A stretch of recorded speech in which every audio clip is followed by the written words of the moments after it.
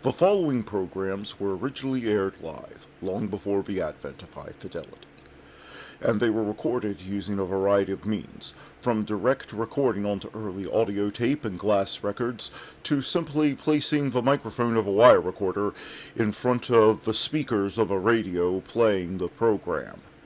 I hope, however, that any variance in audio quality will not take away from your pleasure in listening to these, some of the all-time favorite shows.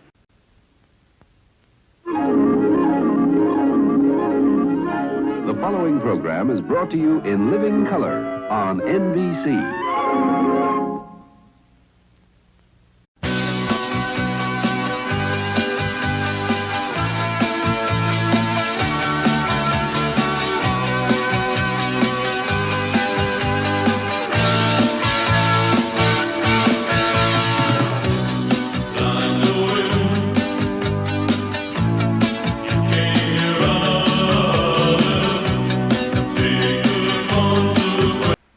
Next guest will give you the laughs, just don't ask him to lend you money. It's Jack Benny coming up next. The Jack Benny Program. Quality of product is essential to continuing success. At 45 sold American. Lucky Strike means fine tobacco. So round, so firm, so fully packed, so free and easy on the draw. LSMFT, LSMFT, LSMFT. Remember, Year in, year out. Lucky Strike means fine tobacco. So round, so firm, so fully packed, so free and easy on the draw.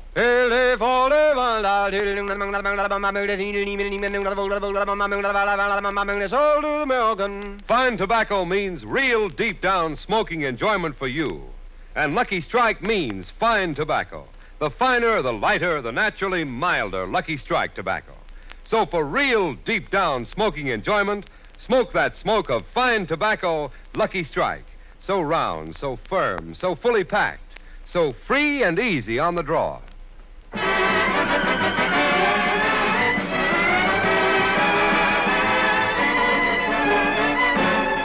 From the Glenview Naval Air Station at Glenview, Illinois, the Lucky Strike program, starring Jack Benny, with Barry Livingston, Phil Harris, Rochester, Larry Stevens, and yours truly, Don Wilson.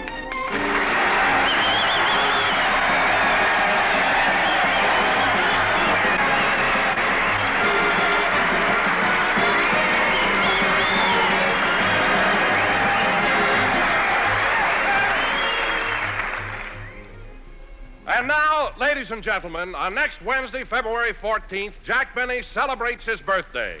Happy birthday to me. Happy birthday to me. Happy birthday, Jack Benny.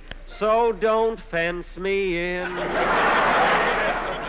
Sweet Georgia Brown. That I put in extra. Continue, Don. Go ahead.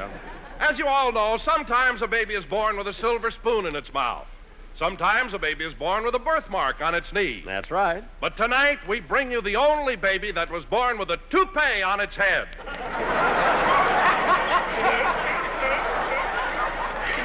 And here he is, Jack Benny.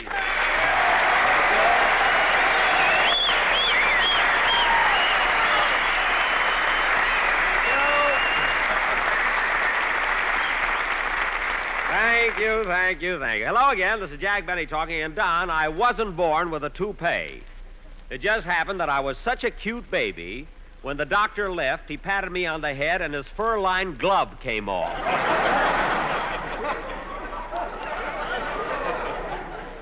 For the next 8 years, I wore the fingers down over my forehead for bangs. My mother thought the thumb was a cowlick. No kidding, huh? Well, Jack, when did you finally find out that thing you were wearing on your head was a glove? The first time I went to get a haircut, the barber looked at my head and asked me if I wanted hair tonic or saddle soap.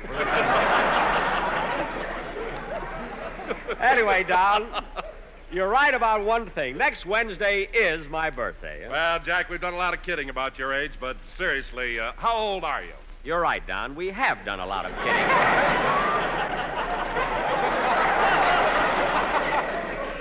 But when a man reaches a certain age, there's no use denying it. In fact, Don, there's a satisfaction in knowing you have reached that age in a distinguished and dignified manner. Well, it's no wonder so many people have such a deep admiration for you, Jack. It takes a man of high character to accept growing old so gracefully. Thank you. So tell me, Jack, how old are you? 36. And now, fellas, since we're brought... Wait a minute, Jack. Something wrong, kid? All I can say is you certainly act a lot older than 36. What? Why, the minute it started snowing, you chased all over town trying to buy preheated underwear. Now, that's the most ridiculous thing I ever heard of. In the first place, there's no such thing as preheated underwear. You gotta hold it in front of the fireplace like everybody else does. Preheated underwear. Don, a young man of 30... Oh, hello, Mary. Hello, Jack. Hiya, fellas.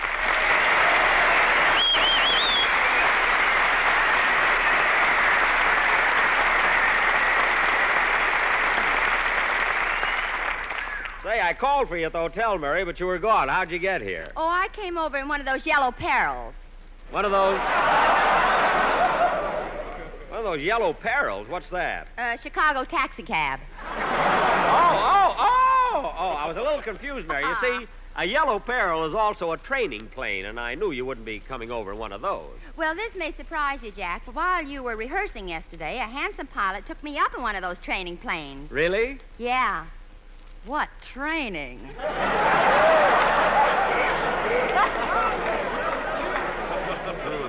I think I know what you mean. This pilot was really nice, though. He had a medal for bravery, for sharpshooting, and for flying. Well. He also had a medal for good behavior, but I made him give that back. Oh. One of those guys, huh? He got you up in the airplane, then you had to kiss him. I didn't have to kiss him. He was gentleman enough to open the door and offer me a parachute.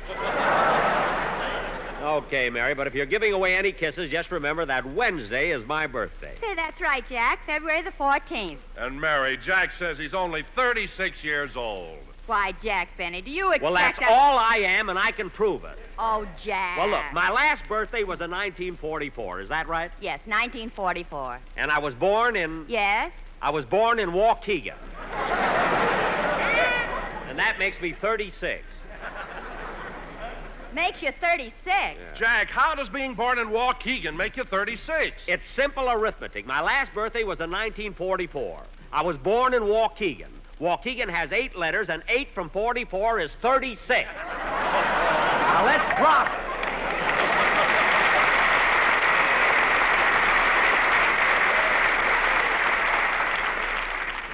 Oh, brother. What are you old brothering about? I celebrated my last birthday in June. Mary. My mother was born in September. My father was born in Chicago. Now, Mary... Chicago from September leaves 2, and 2 from June is 4, so that makes you 4 months old. Mary. So throw me over your shoulder and burp me, Daddy. I'm a baby.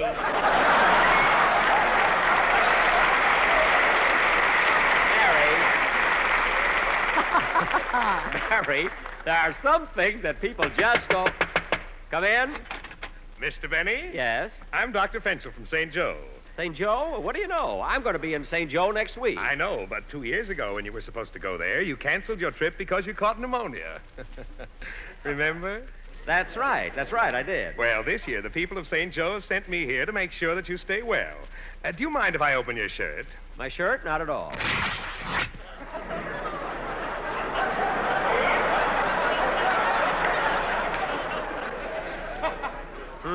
What cheap material.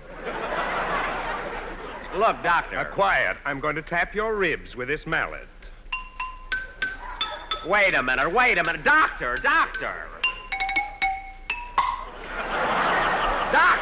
Hold your head still, Mr. Benny. Hold your head still. I want to look into your ear. My ear? Well, okay, but make it snappy, will you? Very well. Mr. Benny, would you mind holding your hand over your other ear? The light's coming in.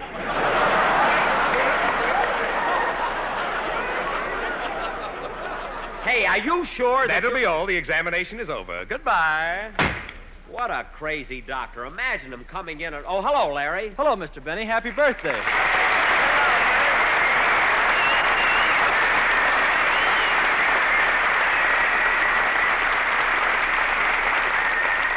Say, kid, I'm going to throw a little birthday party Wednesday, and you're invited. Well, thanks, Mr. Benny. You know, my father celebrated his birthday yesterday. Really, Larry? How old is he? Well, he's 54, but he tells everybody he's 42. Oh. How old are you, Mr. Benny? Well, He's 23, but he tells everybody he's 36. Mary, 23. Gee, Miss Livingston, now I'm sorry I'm 22. Why? Well, look what's going to happen to me in just 1 year. Don't worry about it, kid, and let's have Say, your... Larry, I meant to ask you, how are you standing the cold weather out here in Chicago? Oh, I'm quite comfortable, Miss Livingston, thanks to Mr. Benny. Thanks to Mr. Benny? Yeah, he's letting me wear his... Larry. Well, they're a little too big for me around the seat, but they're worn. Jack, what is he talking about? Nothing. Go ahead and sing, kid. It's the last time I ever lend my preheated underwear to anybody. I don't care.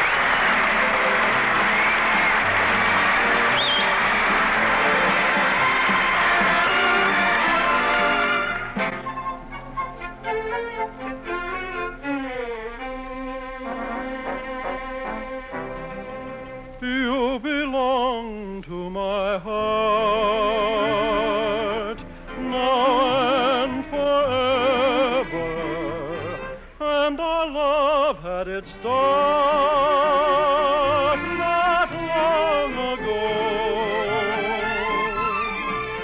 We were gathering stars while a million guitars played our love song.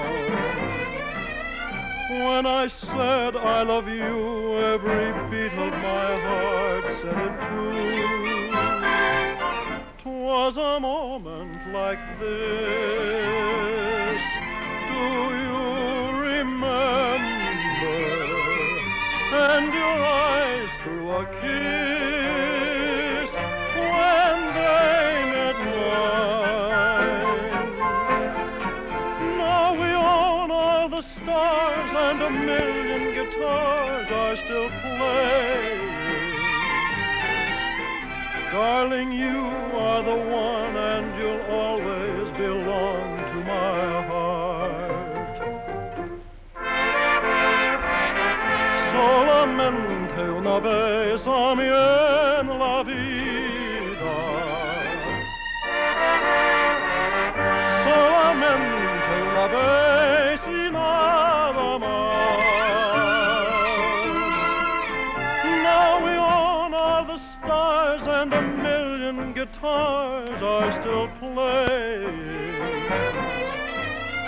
Darling, you are the song, and you'll always belong to my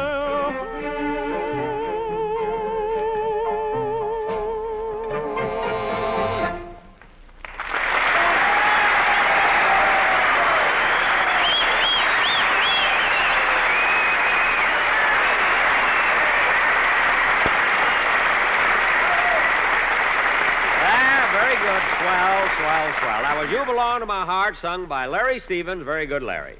And now, ladies and gentlemen... Oh, say, Mr. Benny. Yes, kid? Did you see that article in Collier's magazine that Larry Adler wrote? In Collier's? Yes, it's all about you and your overseas trip. All about me? Well, I'm sorry I didn't see it. And there's a big picture of you in it, too, Mr. Benny. A picture of me? Say, now that you mention it, I think I did see it somewhere. What do you mean, somewhere? You've got it in every wall in your hotel room papered with it. I have not. You have, too. You even got them pasted in the elevator shafts, and when people ride up and down, it'll look like moving pictures.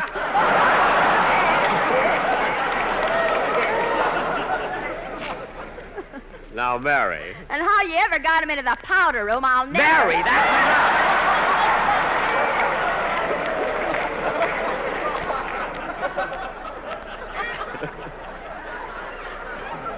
Anyway, Larry, thanks for... Listen, stop laughing. You get paid for this show. Anyway, Larry, thanks for mentioning it, and don't forget my birthday party. Hiya, Jackson. Hello, fellas. Let's straighten up and fly around.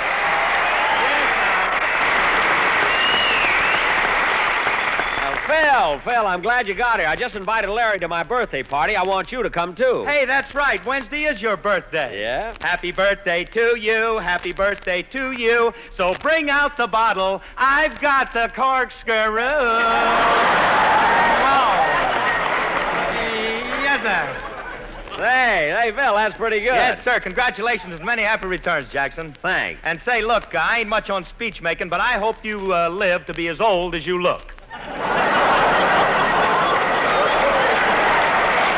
Oh, you like that, huh? You like that. Hey, Phil, what kind of a crack was that? Well, I was only kidding, Jackson. In fact, I got the boys in the orchestra to all chip in and buy you a present, and here it is. Present? Oh, gee, isn't that nice? A copy of what every young boy should know. Deluxe edition. Hey, Jackson. Huh? Jackson, turn to page 16. Page 16? Yes, 16. Go ahead, turn to it. Okay. Gosh, hey, this book doesn't mince words, does it? No, sir. What does it say, Jack? Don't play with matches.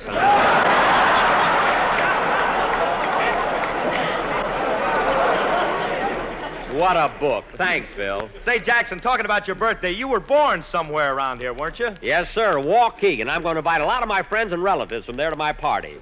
My sister Florence, my cousin Cliff Gordon, Ollie Eimerman, Videy Talcott, Frank Walleen, the mayor. Then I'm going to invite Jerome Morrison, Julius Sinekin, and... No, I'm not going to invite Julius.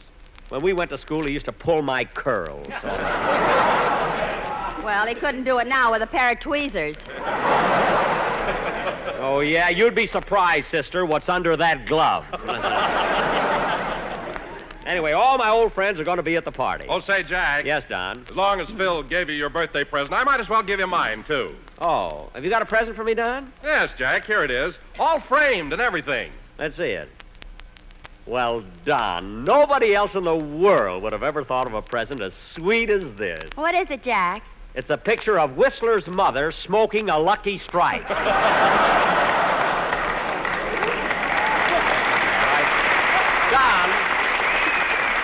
Don, this is one of the nicest gifts that I've... There's the phone. I'll get it. Hello? Hello, Mr. Benny. This is Rochester.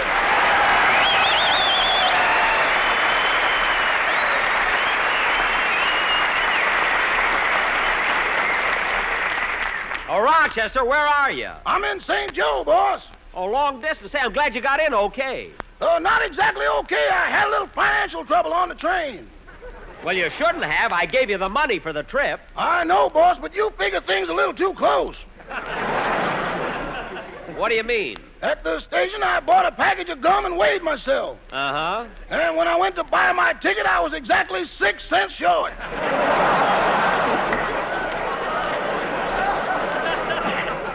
Well, it's your own fault for spending money like that. What did you do then? Well, I got on the train anyway, and if it hadn't been for the extreme kindness of some sailors, I wouldn't have had enough money for my fare. Why, did they lend it to you? No, they faded me.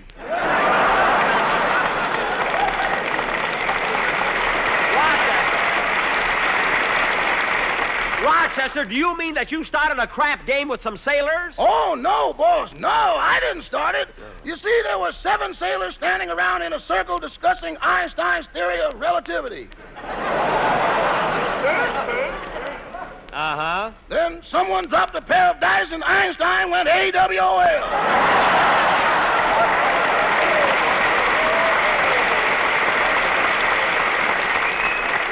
But, Rochester, you didn't have to get in the game. I know, but one of the boys said shoot, and even I couldn't refuse that call to battle stations. Well, there's no use talking about it anymore. How are things in St. Joe? Are the people excited about my coming? Excited, boss? They're panicky. What? They're evacuating this town faster than Berlin. Rochester, don't be silly. They love me in St. Joe. Why, I heard they've even got pictures of me all over town. Oh, they have, boss. They have. How do they look? Oh, the pictures look good, but those words, dead or alive, are definitely upsetting. Now, Rochester, I know you're making that up. Anyway, I'll see you there next Thursday. Goodbye. Goodbye. Oh, say, boss. Now what? I was only kidding. People here are all waiting to see you. In fact, they're here from all over the country. They are? Yes, sir. From Natchez to Mobile, from Memphis to St. Joe, wherever the four winds blow. Ah, they love me there. So long, Rochester. Goodbye. Good old Rochester. Play, Phil. Come on.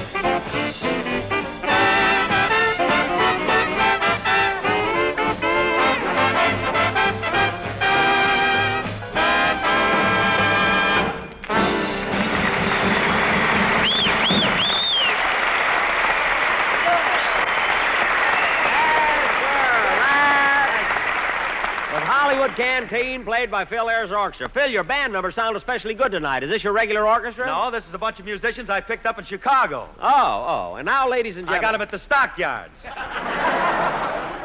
The stockyards? Yes, I figured if I got them out there, they'd bring their horns with them. Oh, Harris, you clever kid. Go button your cuffs and square your lid, you boy, you. You girl. Hey, Phil, you don't know how lucky you are. You know that you couldn't be on any other show but mine with that corny stuff. What are you talking about, Jackson? I'm going to be on the Fitch bandwagon tonight. The Fitch bandwagon? Yes, and they're doing their broadcast here in Glenview right from this stage, and I'm the guest star. Well, congratulations, Phil. Lots of luck, Phil. Hey, what's going on, Jack? What's all the excitement? Phil's going on the bandwagon. Oh, well, the way you congratulated him, I thought he was going on the water wagon. Mary, stop being ridiculous. Yeah. Now, let's... Have to say yeah. Now, let's get back to our own show. Ladies and gentlemen, since we're at a naval air station tonight, for our feature attraction, we will present a dramatic sketch of the sea entitled, Boy, Was I Seasick, or You Can't Take It With You. Now, Mary, there are only men on this ship, so you can't be in our play. Well, I want to be in it. I can't help it. There's no part for you. Well, you let me be in it, or I'll tell all these fellas that when you were in the Navy, you saluted a barber pole because it had stripes on it.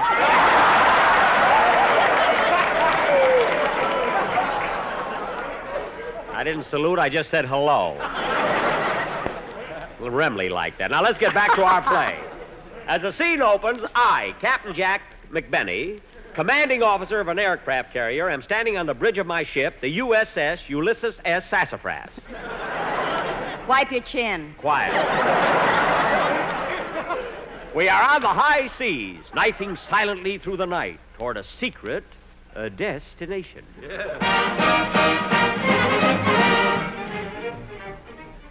Captain McBenney? What is it, Ensign Harris? Well, we've been at sea 24 hours now, and it's time to open the sealed orders. I have them here. Here they are. Sealed orders? Good. I'll open them. From Captain Carson. Yeah, this must be it. Yes. To Captain McBenney, commanding officer of the USS Ulysses S. Sassafras. Somewhere in the Pacific. What does it say? It says, load supplies, move for Tokyo. Load supplies, move for Tokyo? Yeah, they sent it in code. LSMFT.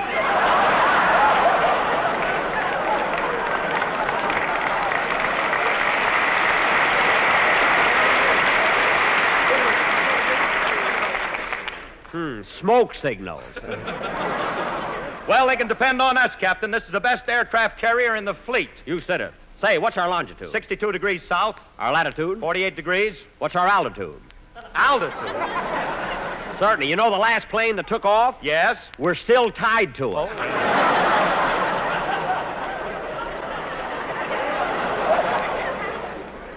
We ought to watch those things. Yeah.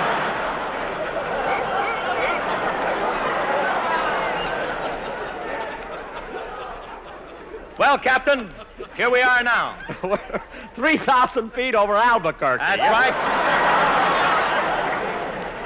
I haven't been this high since last night at the Silhouette Club.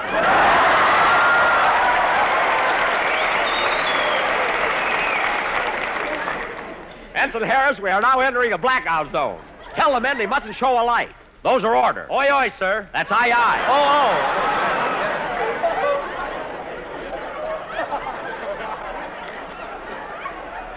Now, men, we mustn't take any chances. Turn out all the lights. Why? Can the enemy see us? No, but the audience can. How did that wave get on deck?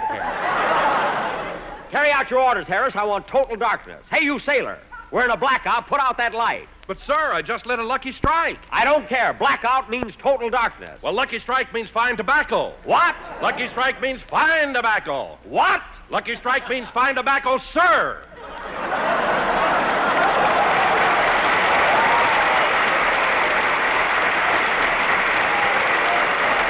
That's better. And if you must smoke, go below deck. No, no, Captain. He's too heavy. Don't send him below deck.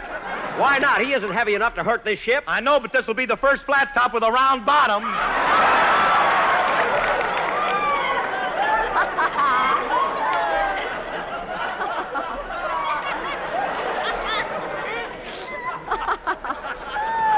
What are you laughing at? What a ship. The crow's nest is full of eggs.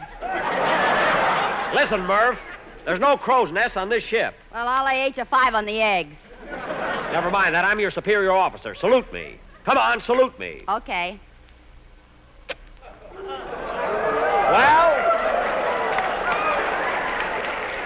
Well, here I am again, 3,000 feet over Albuquerque. Hey, Captain. Isn't the captain supposed to stay with the ship? Certainly. Well, come on down, Bub. Come on down. Now, men, we're faced with a very grave situation. We're on an important mission, and a lot depends on it. Aye, aye, sir. Somewhere out there is a pack of submarines, and they're searching for us. But are we afraid? Of course not. Because our motto is... Laugh a while, let a song be your style, you spit, yeah. Don't despair. Wait a minute, wait a minute, wait a minute! I'm doing a sketch here. What's the idea of interrupting it? Who are you, anyway? I'm Dick Powell.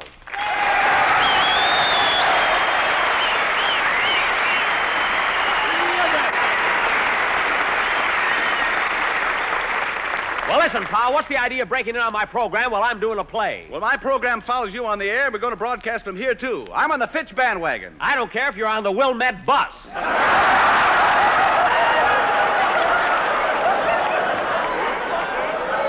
I'm doing a broadcast here, and you've got no right to... But gosh, Jack, we've got to rehearse our show. We came here all the way from California. Where do you think we came from, a gopher hole? I didn't say that and brush the dirt off of your shoulders. 1, 2, 3, 4. 1, 2, 3, 4. Testing, testing. Wait a minute, wait a minute. Who's testing. that? That's my engineer. He's testing the microphone. 1, 2, 3, 4. Me, 1, 2, me, 3, 4. Figaro, Testing. me, me, Figaro. Now cut that out. I'm going to finish my sketch. Where were we? Well, we were sailing through the murky waters aboard our ship. Oh, yes. Now, quiet, men, and keep a sharp lookout. I know it's hard to see in this fog, but wait a minute. What's that hulking shape looming through the mist? Is it friend or foe? Man your battle stations. I'll take a chance and yell. Hello there! Hiya, Buck!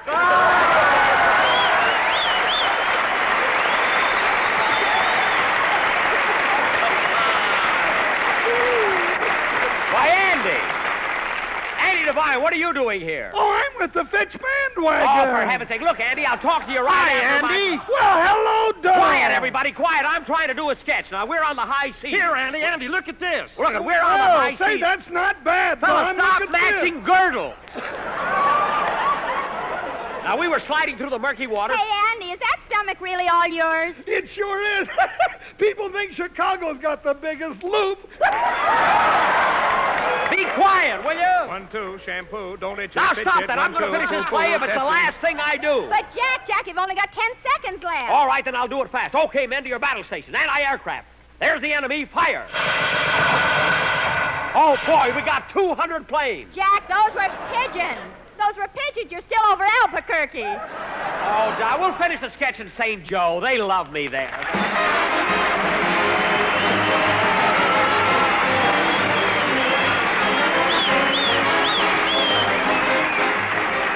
Jack, we'll be back in just a minute. But first, here's my good friend F.E. Boone. At 48,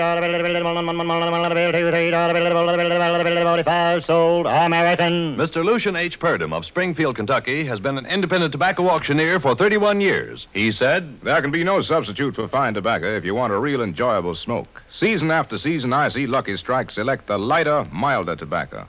That's why I've smoked Lucky's for over 18 years. independent tobacco experts like Mr. Purdom know that it takes fine tobacco to make a fine cigarette. So smoke that smoke of fine tobacco, Lucky Strike. The famous tobacco auctioneers heard on tonight's program are Mr. F.E. Boone of Lexington, Kentucky. At 45, sold American. Mr. L.A. Speed Riggs of Goldsboro, North Carolina. This is the National Broadcasting Company. KFI, Los Angeles. Tales of espionage are coming at you with CounterSpy next. The National Broadcasting Company presents CounterSpy.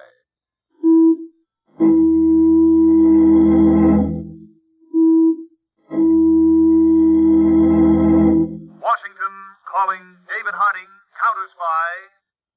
Washington calling David Harding, CounterSpy. Harding, CounterSpy, calling Washington.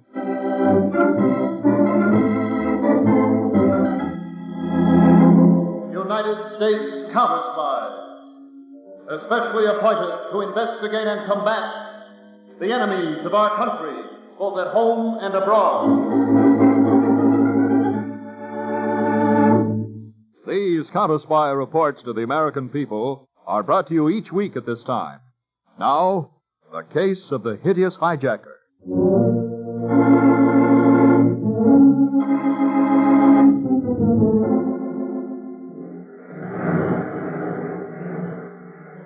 Would you care for a drink, Dillon? Don't mind if I do, Mr. Shelby. Myra, would you? Scotch, isn't it, Dillon? Yes. Anything for you, Carl? No, thank you, my dear. That's a nice view of the ocean you have, Mr. Shelby. There's nothing like a California beach house, I always say. Yeah. Right now, Dillon, I'm only interested in what you have to say about the business at hand. Yes, I found your man. Uh-huh. You're sure that he can handle this sort of thing? With the greatest of ease and experience. Here's your drink, Dillon. Thank you. Who is this man? His name is Roxy Madera. Madera, huh? Roxy Madera. Sound familiar to you, Mr. Shelby? Oh, he's the one who was released recently from the federal penitentiary? He's the one. I was Roxy's attorney before the state relieved me of my practice. Tell me, Dillon, is this man, Miss Roxy Madera, willing to take risks? Risks that could cost lives, including his own. Listen, a life to Roxy Madera is no more than a grain of sand. Well, Mr. Shelby, what do you say? I say Roxy Madera is our man. Get him.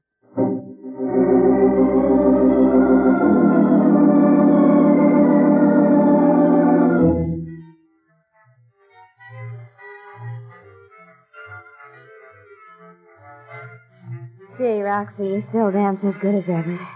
Sure, Billy. I'm a regular ballet star.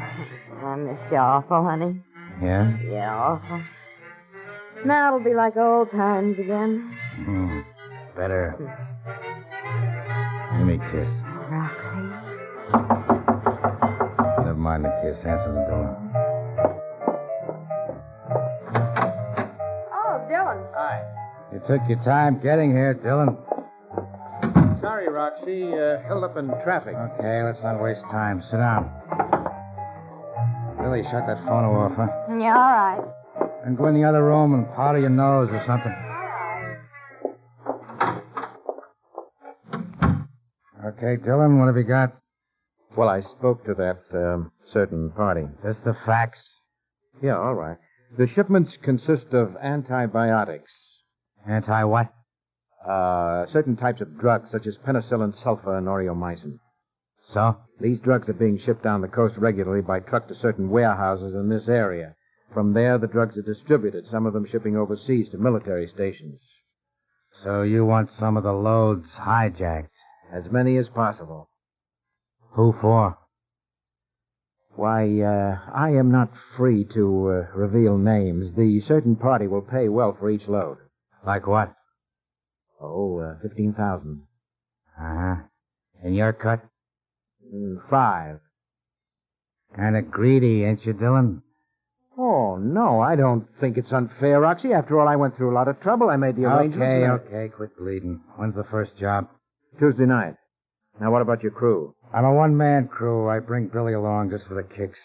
Well, that's all right. After we work out the details, I'll leave the rest to you, because I know the job will be done with your usual thoroughness. That's right, Dillon. When Roxy Madera knocks off a hijack, it stays knocked off.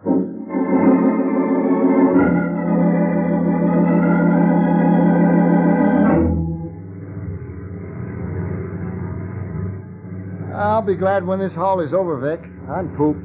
Me too, Joe. What a way to make a living, huh? There could be worse ways. Give me a for instance. I'm sorry you asked the question. Hey, Vic, up ahead.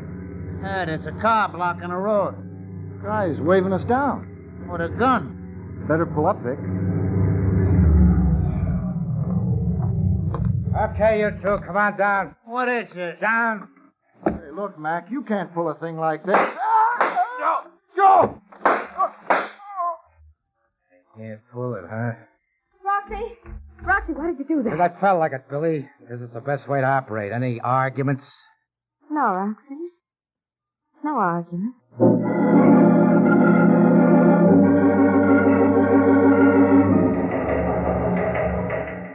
Agent Braden, Los Angeles CounterSpy Field Office, to David Harding, Headquarters, Washington.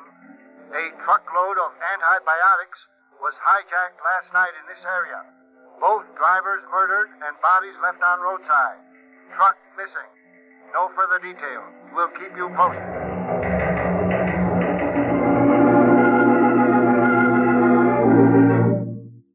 All right, you two guys. Like I told a friend, when Roxy Madera knocks off a hijack, it stays knocked off.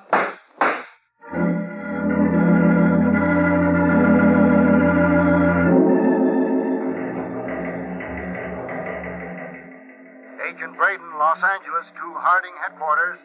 Report just received that third truckload of antibiotics has been hijacked. Pattern continues same. Both drivers murdered. Standing by for any special orders.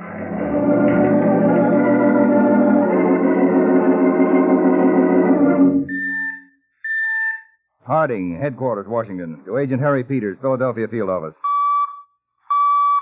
Peters, go ahead, Mr. Harding. I'm leaving here immediately by jet. We'll pick you up at the airport there. What's up, Chief? We're flying out to Los Angeles. I'll lay out the details for you later.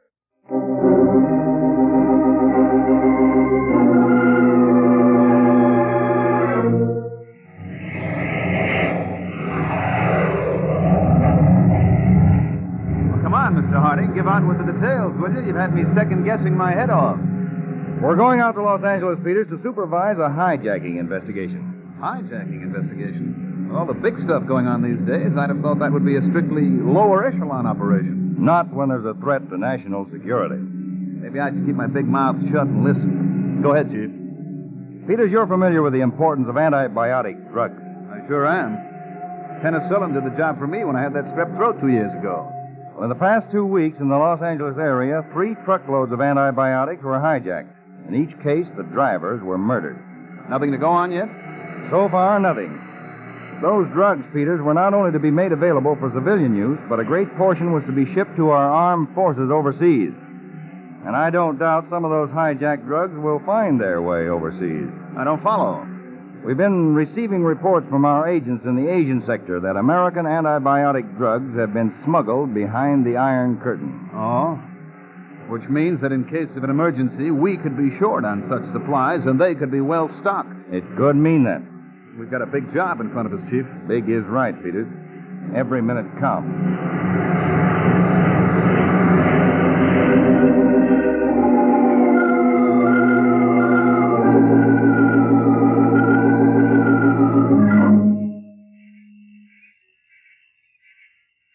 For every minute he keeps me waiting, Billy, so help me, Dillon is going to pay. He'll be here, Roxy. Give me a cigarette. Sure. Here. So light it. Here. Awful dark here, Roxy. Ain't so dark I can't count. Car's coming up the road. I hope it's Dillon. It better be.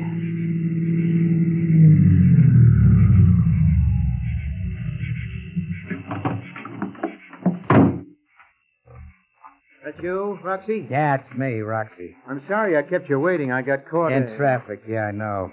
Make with a payoff, Dillon. With pleasure, my friend. Here you are. For the 3 jobs. It's all there. Minus the withholding tax.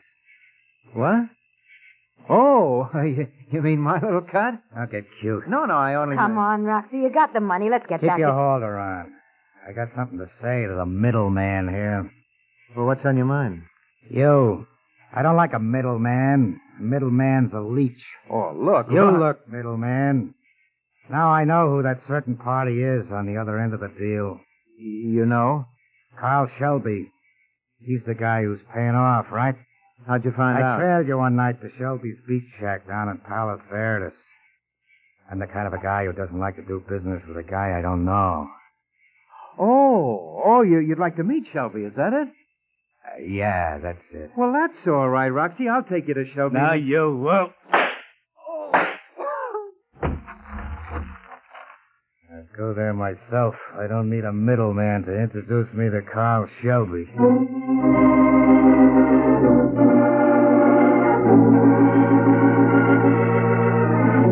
All right, Braden. Thanks. Peters. Yes, Mr. Harding. Come in here, will you? What is it, Chief? Agent Braden just called in. Peters, looks as if we've got our first real break in the case. They located the trucks? No. The body of a man named George Dillon was found by the state police a few hours ago in the outskirts of town. George Dillon. What's his background? A disbarred lawyer. Now, here's the tie-in Braden came up with. Dillon once represented Roxy Madeira, and according to our records, Madeira was released from prison 6 months ago after serving a term for interstate hijacking. So you figure that Madeira's in on this case, hmm? Yes. Braden also found out that Dillon and Madeira were seen together recently. And Madeira should have some interesting answers to our questions. Yes, he should. But Braden reports no trace of Madeira. Oh? So, Peters, I want a pickup bulletin for Madeira sent to all our field officers. Get right on. Wait a minute, Peters. Yeah. One more thing. Until further notice, I want an armed guard placed on every truck in the Pacific Coast area carrying antibiotics. Maybe playing both ends against the middle will work out for us.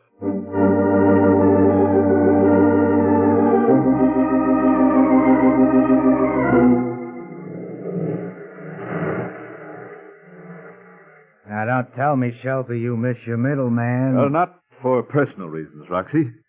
But you've endangered my entire operation by murdering Dillon. Like those waves out there, it'll blow over. Maybe you didn't hear me before. The CounterSpies are looking for you. So let them look. They won't find me here. I don't get in your way, do I, Myra? Of course not. I find you stimulating company.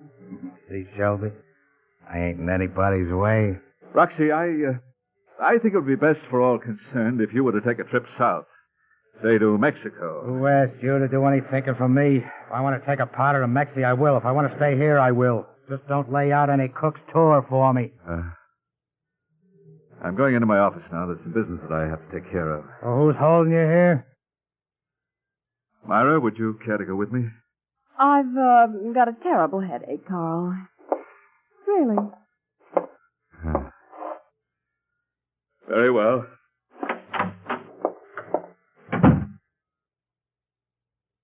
Aspirin's good for a headache, Myra. Really? Yeah. But I got something even better. Come here. See what I mean? You don't waste time, do you? Do you? What do you think? I'd like a drink. So? No ice in the bucket. You'll find some in the kitchen. I'm used to Billy getting the ice. Well, now you'll have to get used to my ways. Okay.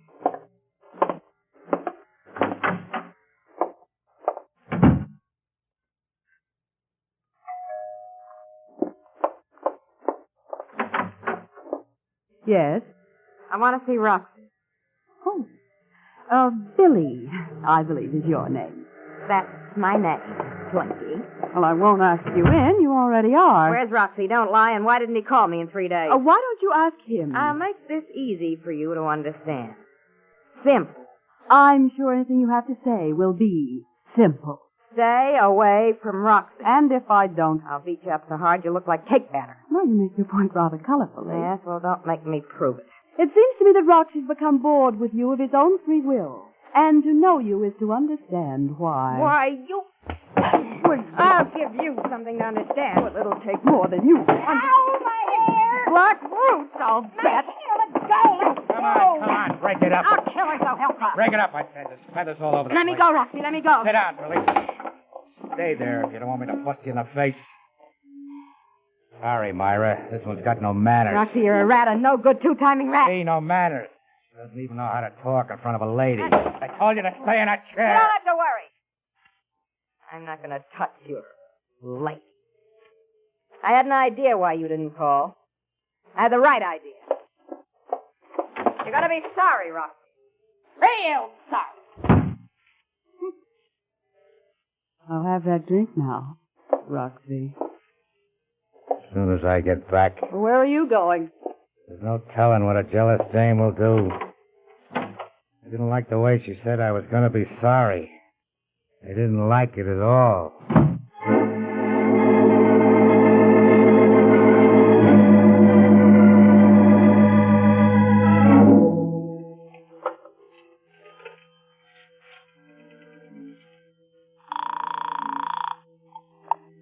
May I help you? Operator, get me the CounterSpy field office in Los Angeles. CounterSpy field office in Los Angeles. 1 moment, please. Roxy!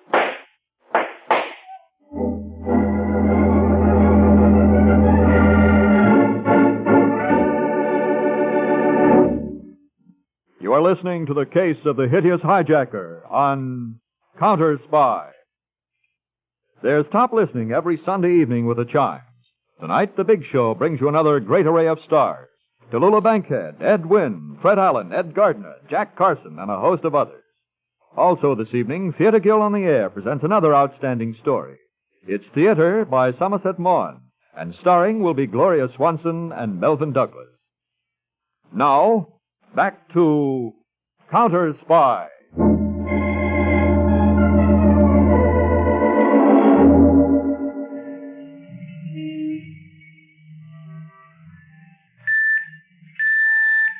Harding, Control Car S1 to Field Office, Los Angeles.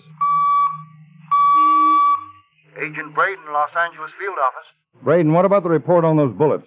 Just checked with ballistics, sir. They'll have it any second.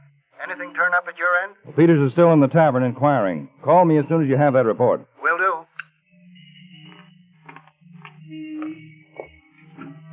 How'd you make out, Peters? Batting average 1,000, Chief. Yeah?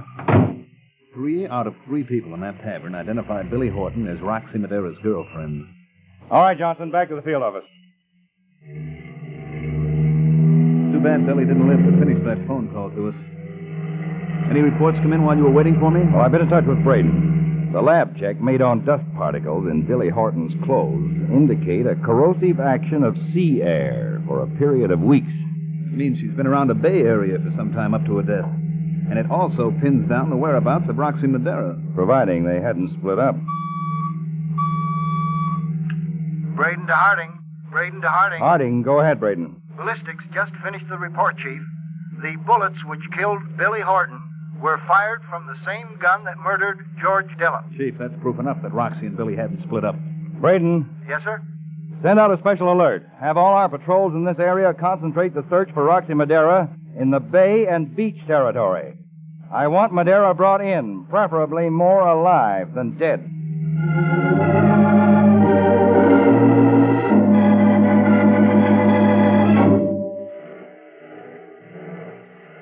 And now, Roxy, we've reached a point where you're no longer visiting. You've simply moved in. You wouldn't want me picked up, would you, Shelby? Well, you'd be much safer in Mexico. I've offered to finance the trip. But, Carl, it's not like you to be this inhospitable. Inhospitable. Myra, do you realize that he intends to remain with us from now on? And now you're losing your poise. In a minute, he's going to lose some of his teeth. Shelby, I'm staying here just as long as I want to stay, so get used to it. And you, Myra, am I to understand this arrangement suits you? Well, I can't really say it doesn't suit me. Sorry. You ungrateful little... Shut up. You animal. Get up, Shelby. The conversation's over. Get out and take a walk for yourself. The sea air will do you good.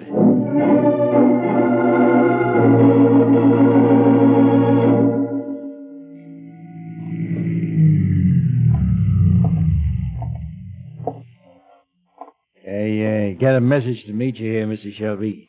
Get in the car, Sid. Al said you had a special job you want done. Very special. You know Roxy Madeira? Yeah, I know, Roxy. Heat job? Yes. It's my wish to rid myself of Madeira permanently. I'll pay you the usual price, $1,000. Gee, I don't know, Mr. Shelby. Roxy's an awful tough customer. Well, very well, then. $1,500. When? Tonight. After 10 o'clock. Where? You'll find him down at my beach house. Your beach house tonight after 10. Yeah. I'll be waiting at my office in the cannery. As soon as you're finished, come there and I'll pay you.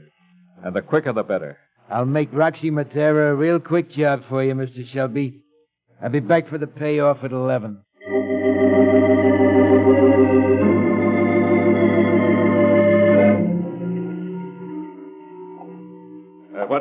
What time is it, Myra? 2 minutes to 11, Carl. Now, why do you keep asking the time? You'll find that out in a moment. And why'd you call me to come here to your office at this time of the night? You'll find that out in a moment, too. You're acting very peculiar. Am I? As you know, since Roxy Madeira intruded upon my hospitality, I haven't been myself. And neither have you. Are we going into that again? Oh, you needn't be so annoyed, my dear. I shan't bother to talk to you about Roxy again. The problem has already been solved.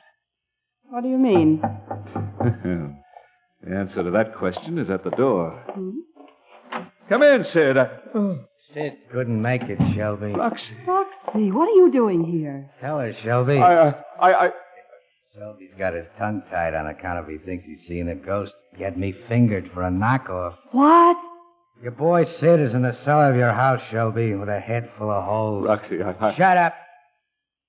Figured you'd try a stunt like that. It was all ready and waiting with his gun. No, Roxy. No, please, wait. Shelby, on the way up here, I was thinking what I should do about you. I could knock you off, but that'd be too easy for you. One slug and it's all over. So I figured I'd give it to you the hard way. Come on, Myra, baby, let's go. See what I mean, Shelby?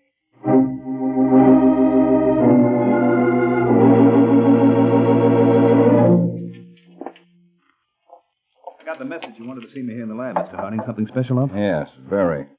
One of our agents in Hong Kong came into possession of a parcel of American-made Oreomycin. It was scheduled for transshipment to Manchuria. Oh? There's the package on the lab table. It was flown back to us by special plane. And a lab test proves what? Well, see for yourself, Peter. First, look into this spectroscope here.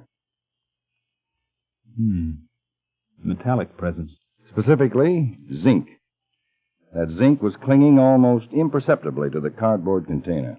And the drug container was smuggled out in a tin, or rather a zinc receptacle. Yes. Now take a look at this other spectrograph. I can't make it out. What is it, Chief? The lab technician tells me it's fish. Fish? Yes.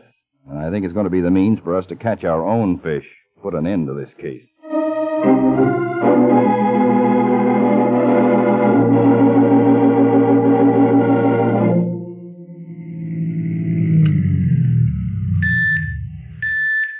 Harding, Control Car S1, to all raid squads. Take your designated positions. We're going in now. Come on, Peter. Right.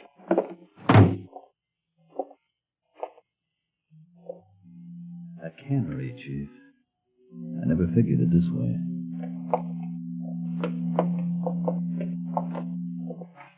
We'll go in through this door. Keep me covered. Right. There's a light in the office down there. Come on, let's go. Mm-hmm.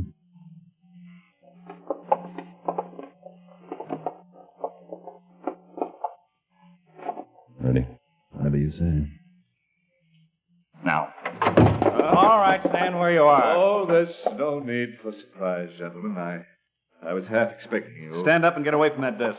All right. Anything you say. Carl Shelby? Yes, that's my name. You're under arrest by the United States government for espionage and complicity in murder. I had nothing to do with the murders. That remains to be proven. We know Roxy Madera is mixed up in this with you. Where is he? It'll be a pleasure for me to tell you where Roxy is at this moment. Exactly where he is.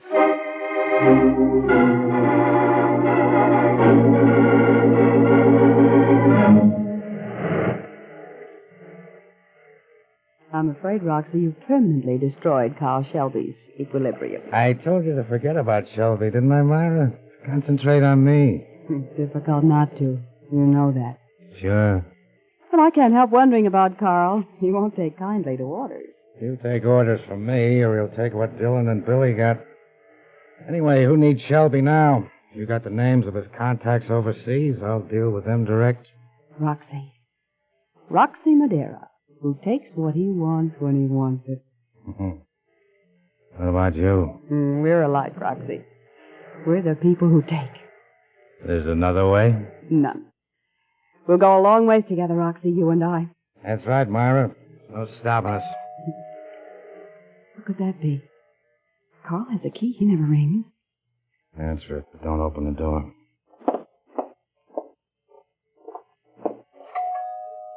Go ahead. Yes, who is it? CounterSpy. Counter.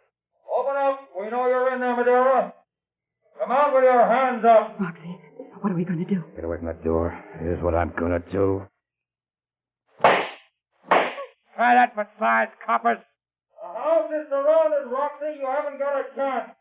Chance, huh? Come on, Myra. Where?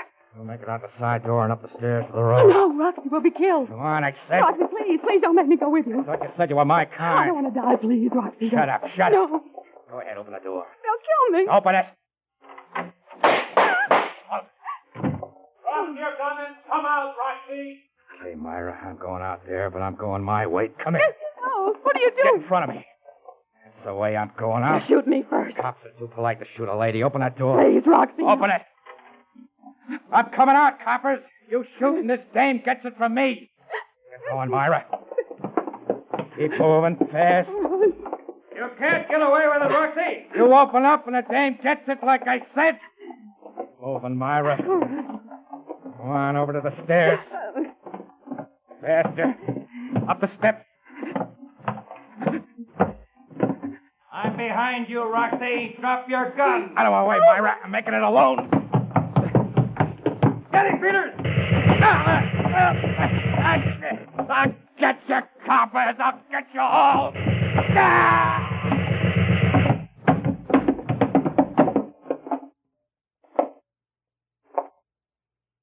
Well, Peters, that's the end of our trail and the end of Roxy Madera. Let's go.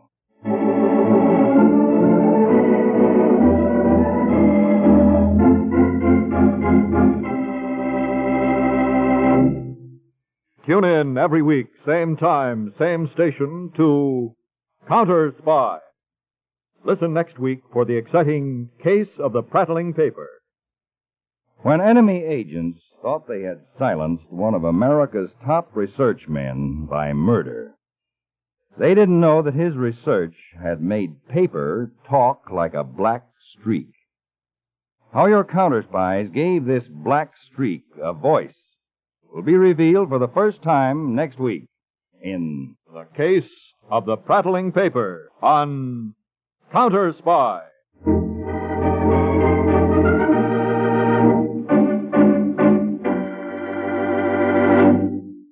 Tonight's CounterSpy program originated in New York, was directed by Marks B. Loeb, dramatized by Edward J. Adamson, and featured Don McLaughlin and Mandel Kramer. Lionel Rico speaking. CounterSpy is a Phillips H. Lord production.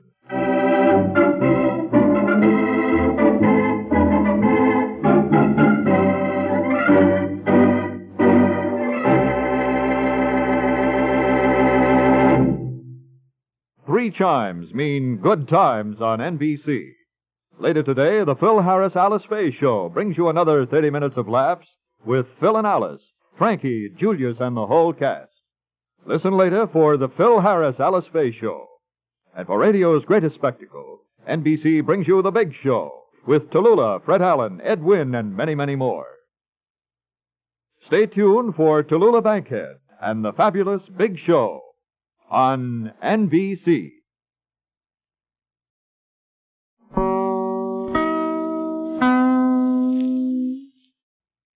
Hey, man, how about we check in with Fibber, Magee, and Molly next? That sounds good to me.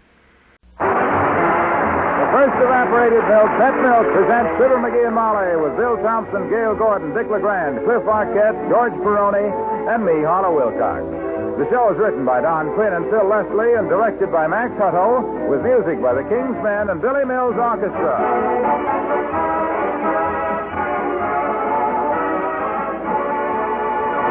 You know, I'm just about the luckiest guy in the world. Here I am with one of the greatest comedy teams on the air, and at the same time selling a product that's been a favorite in millions of homes since before I was born. Pet evaporated milk. Well, you've probably been using Pet milk as long as you can remember. Quite likely you were a Pet milk baby. Lucky if you were, too, because Pet milk babies get a specially good start in life. Women who cook with Pet milk get a break, too, because Pet milk makes everyday foods taste wonderful. Why? Because Pet milk is whole milk concentrated to double richness. Only water is taken out. All the cream stays in. And the result? Good whole milk that's twice as rich as ordinary bottled milk. Pet milk. Your grocer has it. Get Pet milk tomorrow. Pet milk, the first evaporated milk.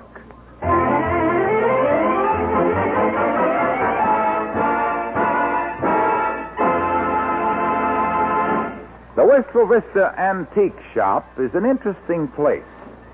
You can find most anything there, from a cast iron andiron for your fireplace to a second-hand for your watch. In fact, if you walk through there today, you'll even find Fibber, Magee, and Molly.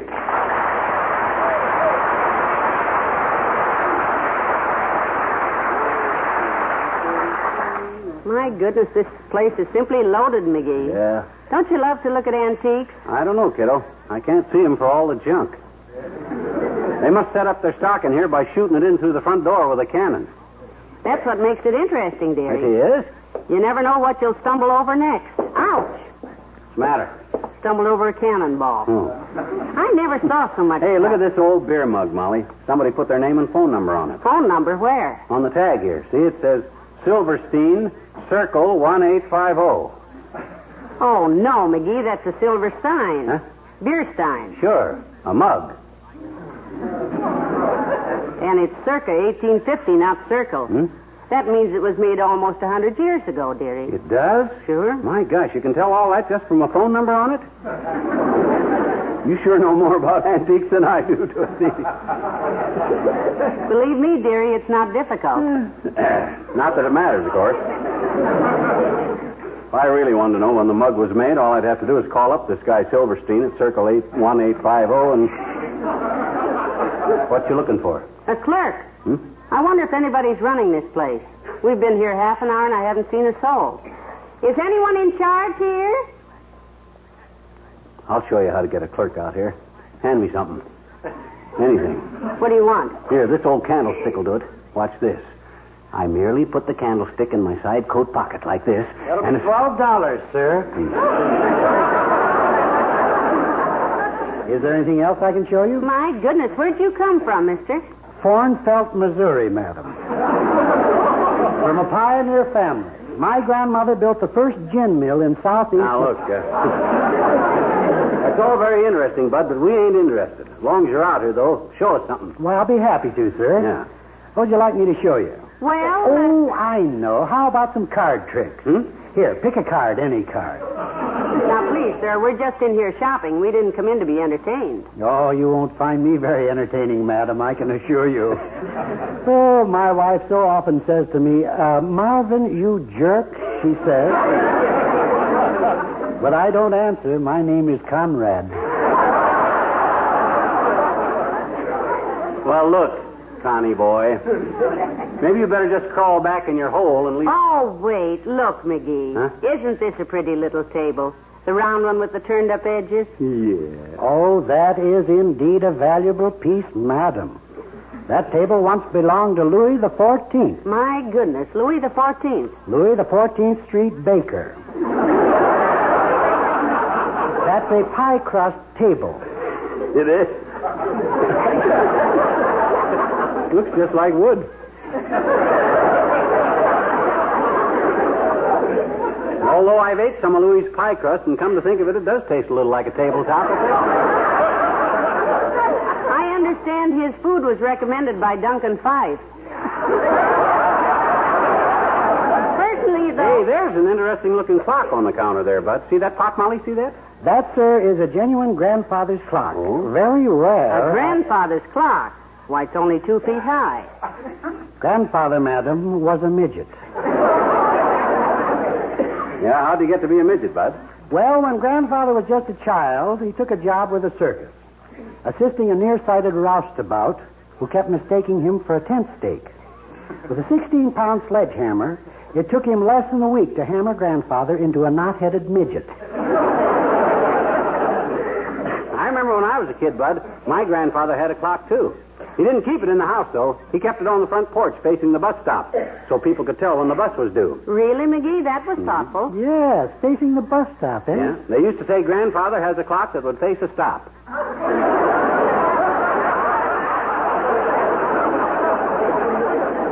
my gosh, don't you get it, Bud? You've heard the expression, had a face that would stop. Tain't funny, Magee. As good as that thing he told about his grandfather. By George, if I was a salesman and the customer made a joke, I'd try to force a little... No, I just got it, sir. Oh, you should be on the radio. By George. Don't overdo it, Bud. He probably ain't going to buy anything anyway. Oh, look, Magee. The vase there on the shelf. Where? Oh, that flowered one. Oh, that's just like the one you broke. Yeah. The one you broke, exactly like it. Uh-huh. The one that I had to put the mate to it away till I could find another one to match. Yeah. Let me see that, sir. Why, gladly, madam. That is a handsome piece. Genuine Flagendorf china. Yeah? That's the one. Same flowers on it, Magee, see? Yeah. How much is it, sir? I have one just like it, and I need a pair. To you, madam, since you want it very badly, I'll make a special price. $20. Oh, dear. Now, how much would it be if she didn't want it, Bud? $10. Sold. Here's $10. Well, thank you. I'll have it wrapped for you. Wait right here. Okay. Oh, Rachel, we got rid of that vase that's been... My, I'm so glad I found that thing, Magee. I've been looking for a mate to that vase. Hey, you folks! Oh, hello there, kid. My gosh, the old timer. Hi, Johnny. Hi, daughter. Shopping or swapping? Well, a little of both, Mr. Oldtimer. We just swapped $10 for a vase. They're wrapping it up for you. Yeah. $10 for a vase? What's it full of, gold pieces? No, it's empty now, but it'll be full of cigar ashes if I don't watch it, which I will, believe me. Well, I'm just looking around down here, daughter. I love old things. Yeah. Well, how is Bessie these days, anyhow? She well? Oh, Bessie's healthier than a bobtail mule, kid. Yeah? And just as pretty. I got kind of a pet name for her, daughter. I call her...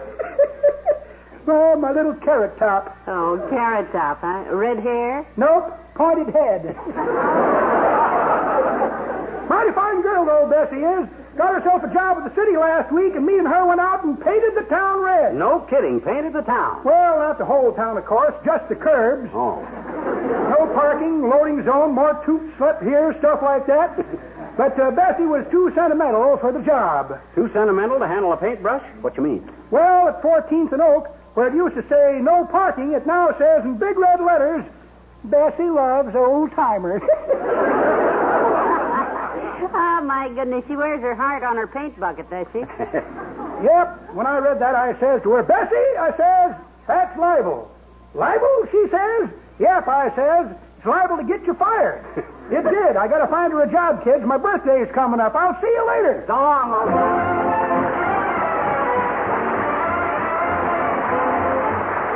Billy Mills and the orchestra and the Tennessee Waltz.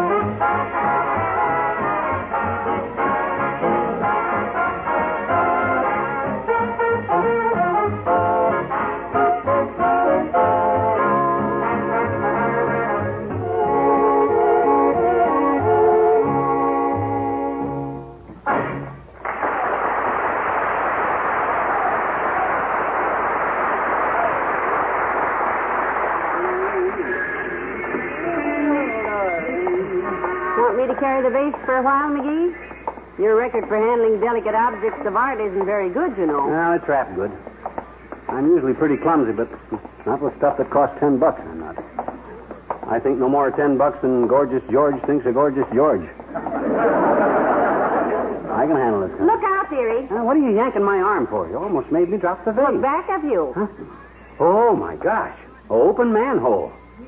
Gee, thanks, kiddo. Happy to do it for an old friend like you. But I'd better carry the bass.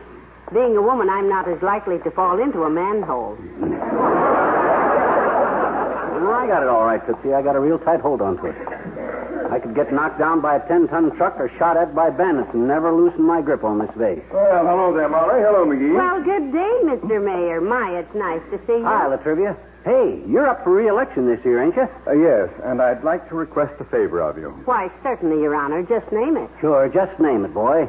Anything I can do for a fellow that he's the best mayor this town ever had and never done a crooked thing in his whole life that anybody knows about, proving that even if he has, he could have covered it up so good it'll never be found out, which proves that a clever mayor is just as good as an honest one, I'll be glad to do it.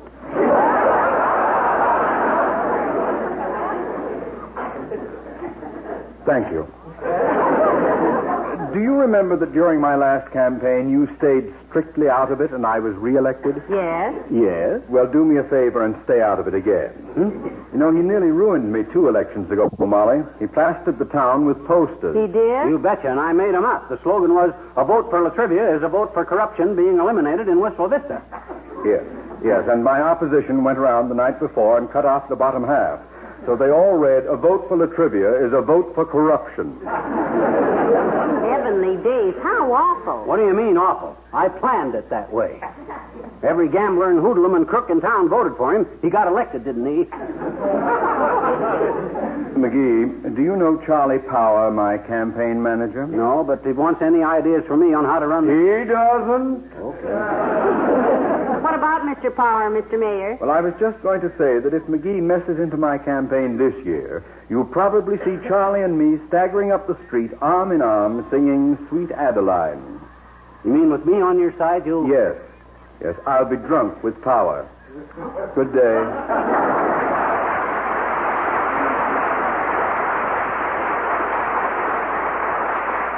He's just kidding, I suppose. The mayor's a teetotaler, isn't he? Oh, I'll say. Hates alcohol so much that after he plays handball at the Elks, he always gets a rub down with ginger ale. Why, I mind one time... Magee, jump back, quick! Why, I don't see any... Quick, jump! What? Oh, dear. My gosh. Somebody threw a piano out of that window. I knew somebody'd play the Tennessee Waltz once too often. Nobody threw it out. They were hoisting it up to the 5th floor and the rope broke. You jumped back just in time, dearie. Careless idiots. They might have busted this vase. You better let me carry it. You've had more close calls than a fat man in a phone booth. That's all right. I got it okay, Tootsie. You just relax. I've protected it pretty good so far, ain't I? Well, yes, you have. Oh, hello, Mr. Wilcox. Hello, Molly. Hi, pal. What do you got there? It's a vase, Mr. Wilcox.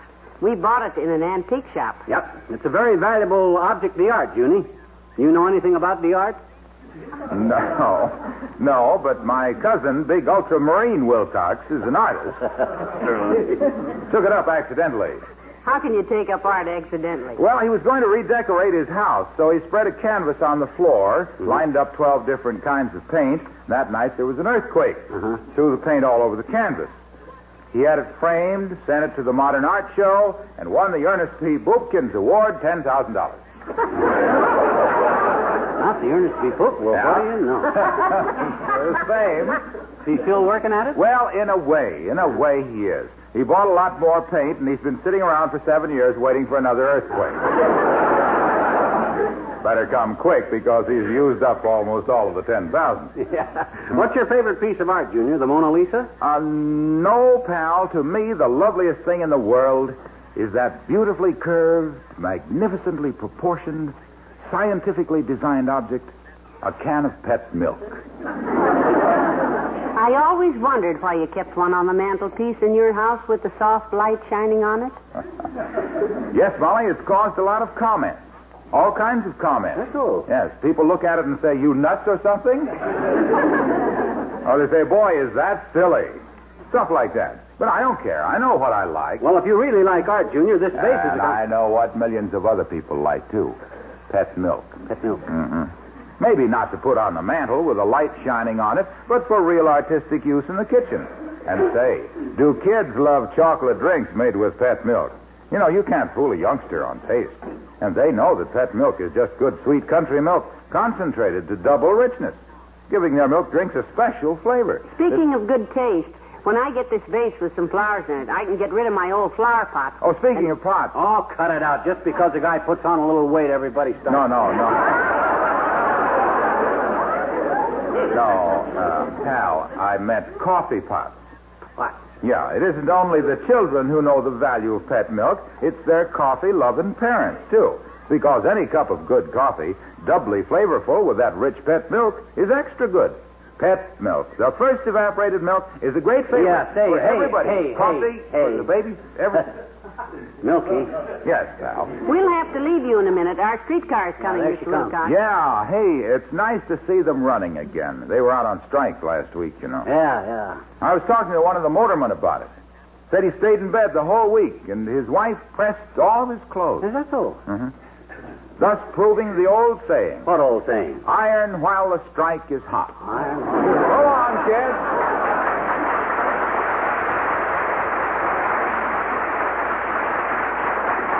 Well, come on, dearie. Here comes our car. Okay.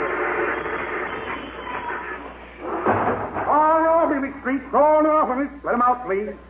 When I get aboard, you hand me the vase, dearie. No, I got it okay, kiddo. You pay the fare and I'll get on with it. Next stop, Dormant Starbucks. Dormant Starbucks next. Change for Little Street and Grassroots Street. No car.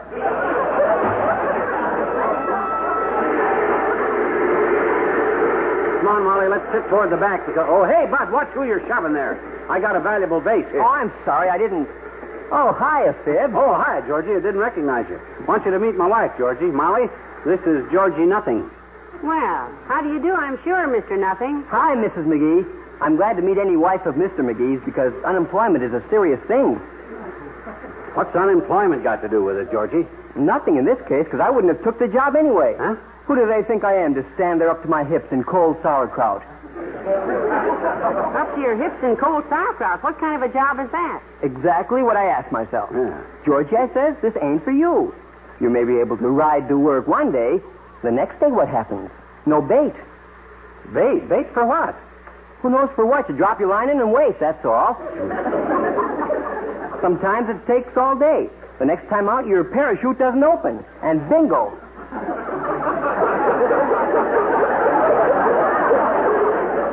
Bingo? Yeah, I play it every night.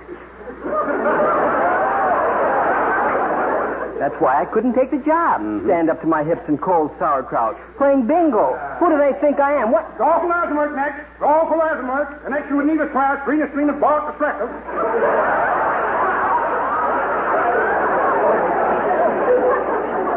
Oh, come on, Molly. That's us. 14th Street. Well, here's where we get off, Georgie. See you later. Goodbye, Mr. Nothing. So long, Mrs. McGee. So long. Well, he's an interesting lad, McGee. A little confusing. Yeah, but Georgie's a nice little guy. I play pool with him at the Elks Club. he talks like a pool player. His conversation keeps going into the side pocket. Well, come on, let's get off here. Okay. Here we go. Oh, for Lazamark. Light him up, Steve. Light him up. Hang on to the base now. McGee, where's the base? Huh? Oh, my gosh. Hold it, conductor. Hold it. I forgot something. Hey, Georgie, throw me that base off the seat, will you? No, McGee, don't. I got it. Thanks, Georgie. Good thing Georgie was a friend of mine. I'd hate to have had a stranger throw this vase to me. Might as well. Crowd it off, Lurch, next. Crowd it off, Lurch. Chain, fall, this trip, and out of Virginia. Oh, nerf car. The Kingsman and St. Patrick's Day Parade. I'll be marching along in the big parade on St. Patrick's Day. I'll be up to me neck in shamrock as I march along the way. I'll swing that old shillelagh as I wave to East Colleen, and tilt me ear the better to hear the wearing on the green. Oh, the Kellys from Killarney, the Murphys from Kildare, the Hallahans and Callahans who came from County Clare. There'll be folks from dear old Dublin all the way from County Cork. They'll be marching in the big parade right here in old New York. Oh, the mayor will be in the big parade, marching high and grand, and behind him will march 1,000 cops who came from Ireland. Those beautiful songs of Erin, oh, the band will play them all. We'll march along while singing a song, the harp will carry us all.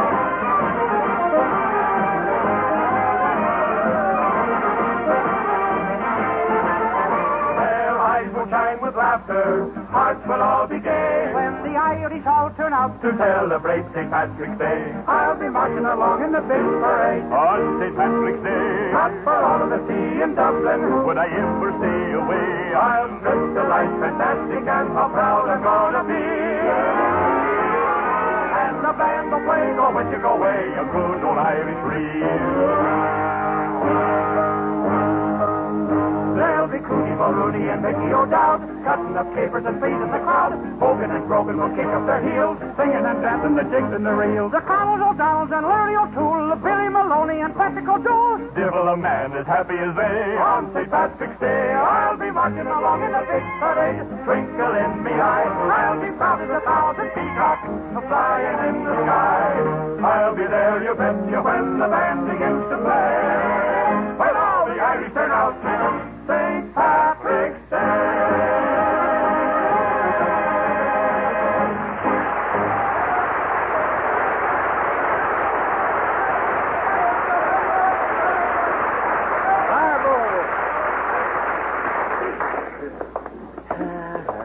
My, I'll be glad to get that vase home safely.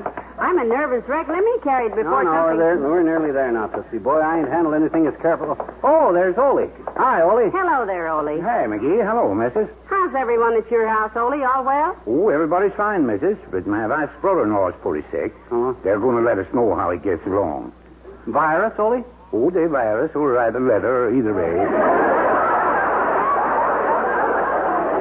My littlest kid, little Sven, he don't feel so good today, though. Oh, dear. Is he sick too, Ollie? Well, not exactly sick, missus, but when we get up this morning, my missus finds little Sven is cutting some new teeth. Boy, that can hurt. Did you take him to the doctor? No, I took him to the woodshed. Huh? The new teeth he was cutting was my missus' new bridge and my good hacksaw uses, too. That's a pretty horrible job raising kids, Ollie. I know from experience because I used to be one. Just the same, you must get a lot of pleasure out of your family, Ollie. Say, what do you hear from the boy in the Navy? Any news from him lately? Oh, Lars? Yeah. Oh, very well proud of Lars, missus. We got a picture from him last week. Oh. He's in uniform, you know, with that scrambled eggs on his shoulders there. Oh. Promoted already, huh? Scrambled eggs, Molly. That's Navy talk for gold braid. Oh? Right, Ollie? No, McGee. These scrambled eggs was the real McCoy. Oh? He was eating breakfast when the ship hit a bomb. Well, he's probably what they call the officer's mess, Ollie. They like him fine on the boat, though. Yeah. He says in the letter they promote him to the bridge. The bridge? My gosh, that's where they run the boat from. See the captain? No, he don't say in the letter. Oh. He just says he has private room and they bring his meals to him every day. I guess he works pretty hard with his brains because they keep the door locked so nobody comes in and disturbs him. This is on the bridge, Ollie? It says right in the letter, missus. I am now in the bridge. B-R-I-G, bridge. Well, so long, boys.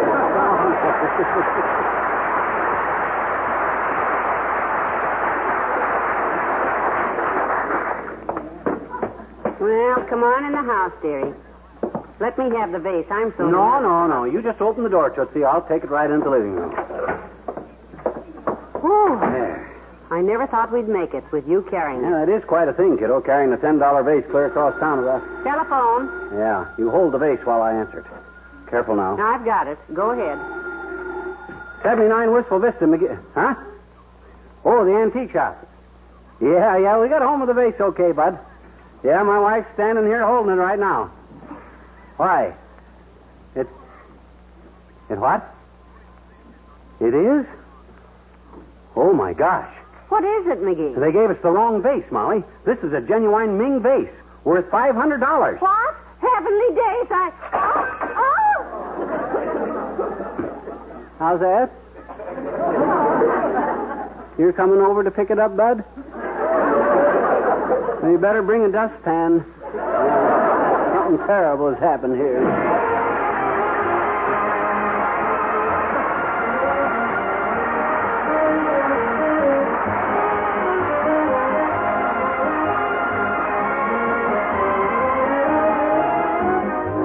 Fibber and Molly return in a moment.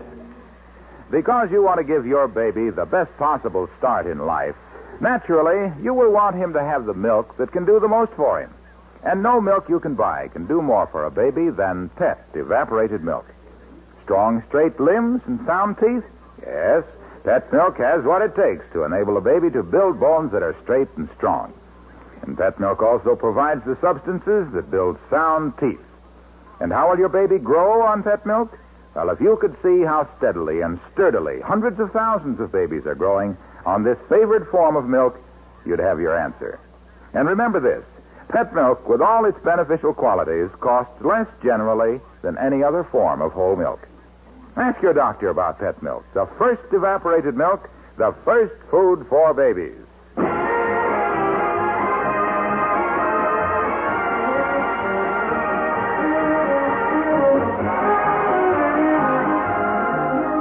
Ladies and gentlemen, a broken vase can be glued back together and nobody will care very much, but to restore a crippled child to health and happiness is a bigger problem and a lot more important one.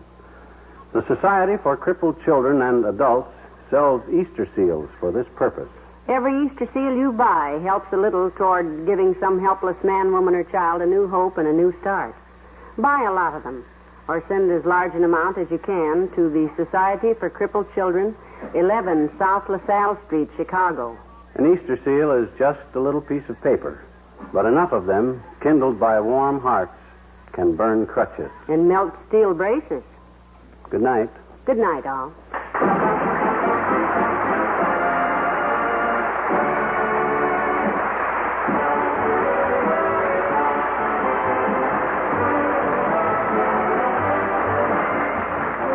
The finest evaporated milk, Pet Milk, brings you Fibber, McGee, and Molly each week at this time. Be with us again next Tuesday night, won't you?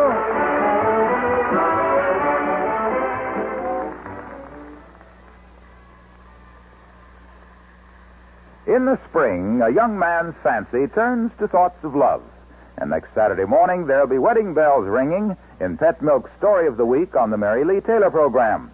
It's another exciting story about the Carter family, which you're sure to enjoy. And the second big feature of the program is just as exciting. It's the Pet Milk recipe of the week for Easter ham dinner.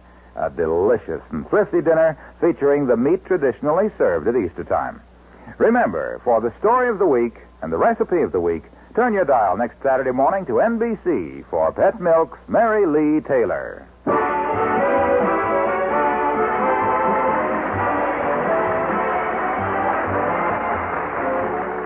Steve Wilson combats crime in Big Town, next on NBC.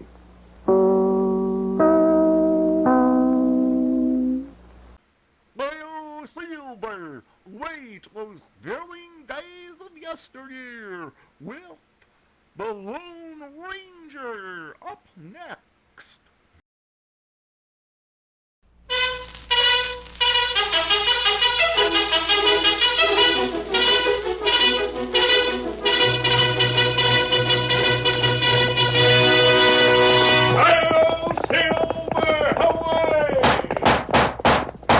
A fiery horse with the speed of light, a cloud of dust, and a hearty Hi-Yo Silver, the Lone Ranger.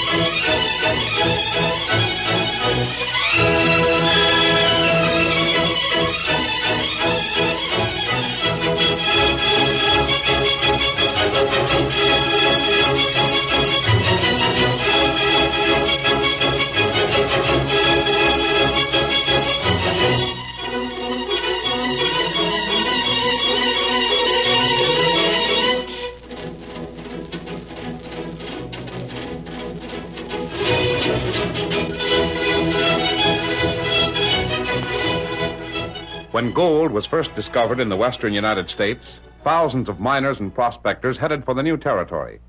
Many of them became wealthy overnight. Many more never hit pay dirt.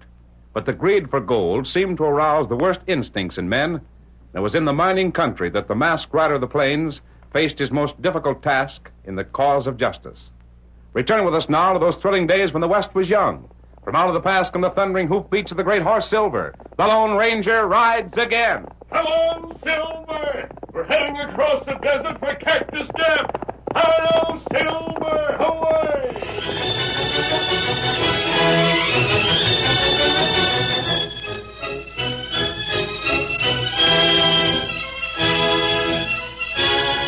A copper-colored sun beat down on the Lone Ranger and Tonto as they guided their horses at a slow pace toward the distant town of Cactus Gap. They followed no trail. The country through which they passed was a rock-strewn desert, where cactus and sagebrush were the only vegetation. But they had chosen this route because it was a short cut to their destination. How far are we from that water hole you mentioned, Tonto? Get there about noon. Down, Silver. Steady, old fellow. What the matter, Silver? I don't know. Something's gotten into him. Steady, old boy. Nothing can harm you. You're all right, old fellow. Is it a snake you see? How to not see snake? No, do I? I wonder These rocks we're approaching, Tonto. Silver didn't act up until we got close to them. Maybe that it? We'll see. This way, Silver. That it, all right. It certainly seems to be something to do with those rocks that bothers him. We're looking into this. Oh, Silver. Oh, Scout. Oh, fella. Come, Tonto. We'll look behind them. Leave the horses here.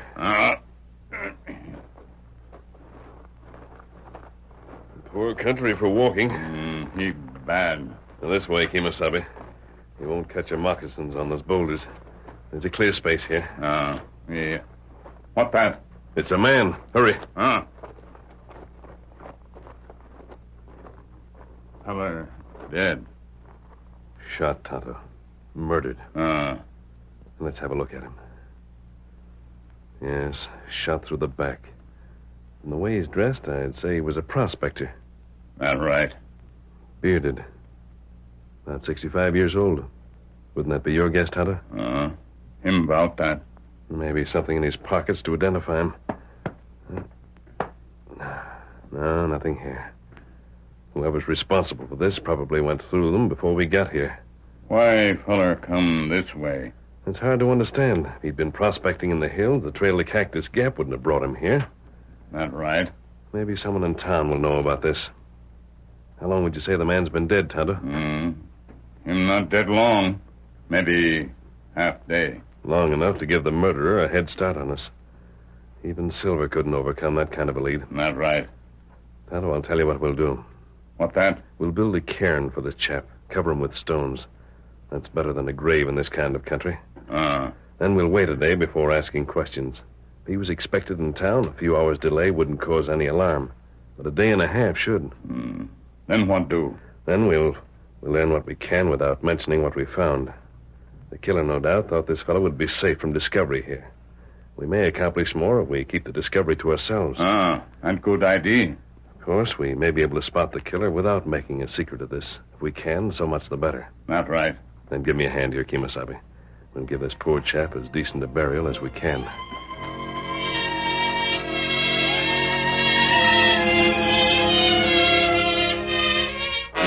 Two days later, the Lone Ranger, wearing a disguise, entered Cactus Gap, hoping to find a clue to the identity of the man he and Tonto had found out in the desert.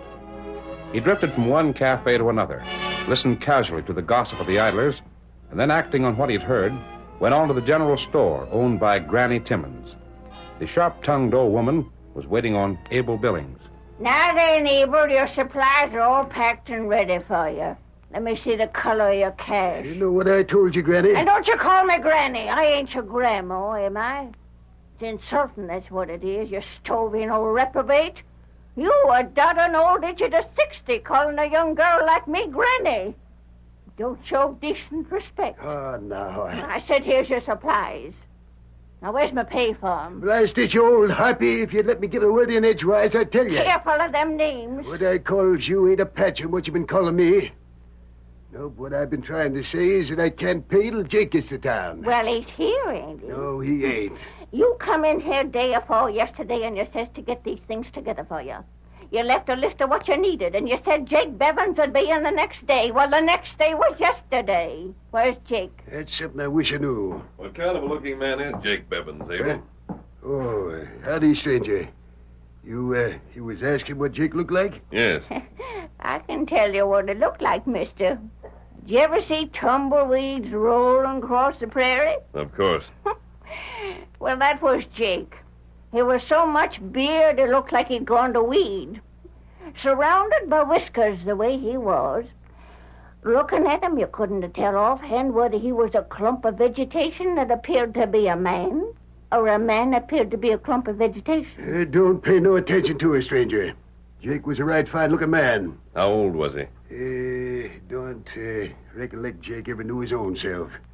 Looked to be somewhere in his 60s, though. Say, you seen him? I don't know.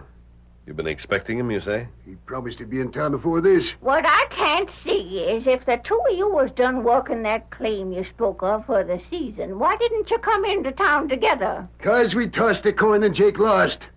He took our dust and headed for Sand City to have it changed into cash at the bank there. What you want to do that for? Dust is as good as cash anyway. But when you pay in cash, You know what it's costing you. Pay with dust, and with the slick scales some of you folks in town use, you're likely to pay double. Now, you ornery old hop toad. Do you mean to stand there and say I ever cheated you with my scales? Now, Grandma, ma'am, I never said no such thing. You better not. Sand City's on the other side of the hills. Jake had gone there, he'd have had to recross the hills to return here. But he'd have come by the regular trail, wouldn't he? Sure he would. Stranger, you ain't asking these questions for nothing. What's up? You sounded worried about your partner's absence. I simply wondered what caused his delay. Well, I ain't terrible worried yet. A day or so don't make a heap of difference on a trip like that. Worst thing is, I'm dead broke till he gets here. And you don't touch those supplies till he gets here to pay for them, neither. All right. Hey, what's that? That blame fool cowpoke Fritz Daly, that's who it is. Out on a spree and letting off steam again, I'll bet. He's coming in here. Hi, Granny. What's a good word? Who's your customers? Hey, you don't need that lantern, do you? Watch out! Yippee! How's that for shooting, Granny? Ain't lost my eye yet, have I? You get right out of here before you bust up my place. Oh, shucks now, Granny. Nothing to get mad about. I'm aiming for fun. I'm willing to pay for it. There. That pay for the lantern? Reckon so. Hey, old fella, how much would you charge me to put a bullet through that hat you're wearing, huh? You leave me be, you local Renahan. Reckon I'll shoot at it anyhow. Ain't much excitement in town. I gotta cook up my own. Now just stand still and you won't get hurt at all. No, you don't. Ow! My arm! You're twisting it off. Drop that gun. Ow! There it is. Stand back. You won't need this gun again today. Here, Mrs. Timmons. I think the gun will be safer in your hands. You sure handled him good, stranger. Sure, I'll keep it. And the crazy fool won't get it till he sobers up, neither. Now, look here, you It's for your own good. A little more of that reckless shooting, and you'd be getting into trouble. I don't need nobody to tell me what to do. That's just what you do need. What have you been celebrating now? Listen to this. Hear 'em? Cash, that's what I got. Pockets full of cash. You seem to have quite a lot. Yeah, this is my day to howl. The way I took them tin-horn gamblers over to the Silver Star Cafe was a sight to see. They were sure glad to see me clear out. And I'll be the same. Now, you tell me what you come in here for so as I can give it to you and you can get out of here. Shucks, I didn't come in to buy nothing, Granny. Just been dropping in every place, that's all. See what's going on. Well, there ain't nothing to keep you in here. Give me my shooting iron back, won't you? Come back tomorrow and show me you're sober and you can have it, but not before. If you won't, you won't, I reckon. Afternoon, Granny. No hard feelings, stranger. Well, that's all right. Maybe I was just a little reckless-like. I'll be seeing you. Yippee! Get up, boy. Come on, horse. Get up there. Is he always like that? Him? Stranger, he's the wildest young fella ever was around these parts. Always celebrating something. When he wins gambling, he celebrates. If he gets a job, he celebrates. And when he gets fired, he celebrates again. Only from the sound of that cash he was carrying on, and maybe this time he had a little more reason for it. Wanted gambling, eh? What are you picking up from the floor, Abel? It's a piece of paper. It fell out of that young fellow's pocket when he paid you that cash for your lantern. And if it's what I think it is, yes, sirree, that's just what it is. Something important? A paper wrapper the bank over to Sand City uses for wrapping up cash. Take a look at it. I see. The bank at Sand City. But Fritz said he got that cash gambling. And Sand City is where Jake was going to swap our dust for cash. And Jake ain't showed up here yet. What do you mean by that? I ain't saying for sure. Look here. Has that young fella been out of town for a few days lately?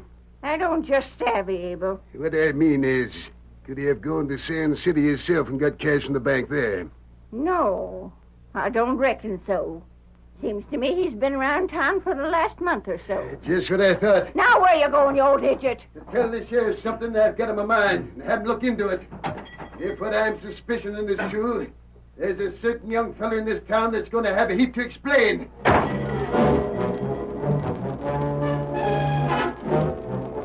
When Abel Billings headed for the sheriff's office, the Lone Ranger left town to rejoin his faithful Indian companion, Tonto. It was less than an hour later when he reined up in his secret camp. Oh, there, Silver. Oh, boy. Oh. Tonto. You find out? Who feller get killed? I can't be sure, Tonto, but I think I have. Who feller? I think he's a man by the name of Jake Bevins. At least he answers the description. And I know that he was expected in Cactus Gap no later than yesterday. I learned more than that, however. What that? Something interesting happened in the general store while I was there. A young cowboy entered with his pockets full of cash. He claimed he'd wanted gambling. That how him get cash? I don't know. But I do know, after he'd left the store, Jake's partner, Abel Billings, picked up one of those paper wrappers banks use to make up their packages of cash. The wrapper had been issued by the bank at Sand City. And Abel said his partner had gone to Sand City to exchange dust they had panned for hard cash. Then killer take cash? Yes. And Abel claimed the young cowboy dropped the wrapper. What we do? I think I have a plan. I haven't got it entirely worked out yet, Kimasabi. But I will by the time we've returned to town. Go there now? Yes. You'd better get mounted. Here, Scout. While we ride, there are some other things I want to tell you. What then? Steady, old fellow. Yep. Some things I noticed that require a great deal of explaining. However, if our plan works, we'll learn the explanation. Ready, Tonto? Me ready. Then let's go. Hi-yo, Silver! Get him on, Scout! The curtain falls on the first act of our Lone Ranger drama.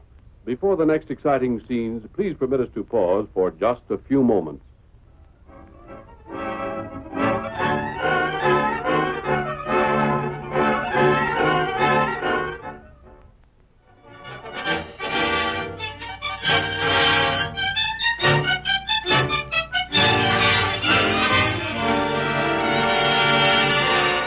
Now to continue our story. On returning to camp after a visit to Cactus Gap, the Lone Ranger confided in Tonto. He believed he had not only learned the identity of the dead man they'd discovered, but that of the killer as well. As they rode back to town, the Lone Ranger removed his disguise and put on his mask. In the meantime, Abel had found the sheriff, and the latter, at the old prospector's request, had summoned Fritz Daly to the office. You wanted me, Sheriff? Yeah. Abel here's got something on his mind, and he wanted you here before he'd say what it was. Oh. Mad about me shooting inside the store when you was there? Is that it? Shucks, I never done no harm. Leastways, none that I didn't pay for. That ain't it. Huh? Well, then what is Sheriff, I ain't told you what this was all about yet, because I wanted you to see this ornery snake's face when I told you about it. Hey, now, what kind of talk is that? I never even seen you before today. I never crossed your trail any. But you crossed my partner's. Get to the point, Abel. What's this about? I reckon you know I was here waiting for Jake, don't you? I recollect telling you about it. Yeah? Well, I was waiting for him because he went to Sand City to get cash from the bank there. He likely had about $2,000 or more on him. What's that got to do with me? You'll find out soon enough. Sheriff, watch the critter so he don't make a break for it. Go on. Go on. Get this off your chest. All right, then, Sheriff. Take a look at this. Huh? It ain't nothing but a piece of paper with a bank's name on it, as far as I can see. The bank in Sand City. Uh-huh. And this polecat here dropped it on the floor of Granny Timmons' store. I picked it up myself. That's a doggone lie. Tain't neither. I can prove it by Granny herself. And there was a stranger in the store at the same time. He seen me pick it up. Find him and Granny, and they'll tell you the same. Where would I have got a paper like that? You got it after you killed my partner and stole the cash he was carrying. Why, you low down... Break it up! Break it up, the both of you! I'm the law here, and I'll handle this.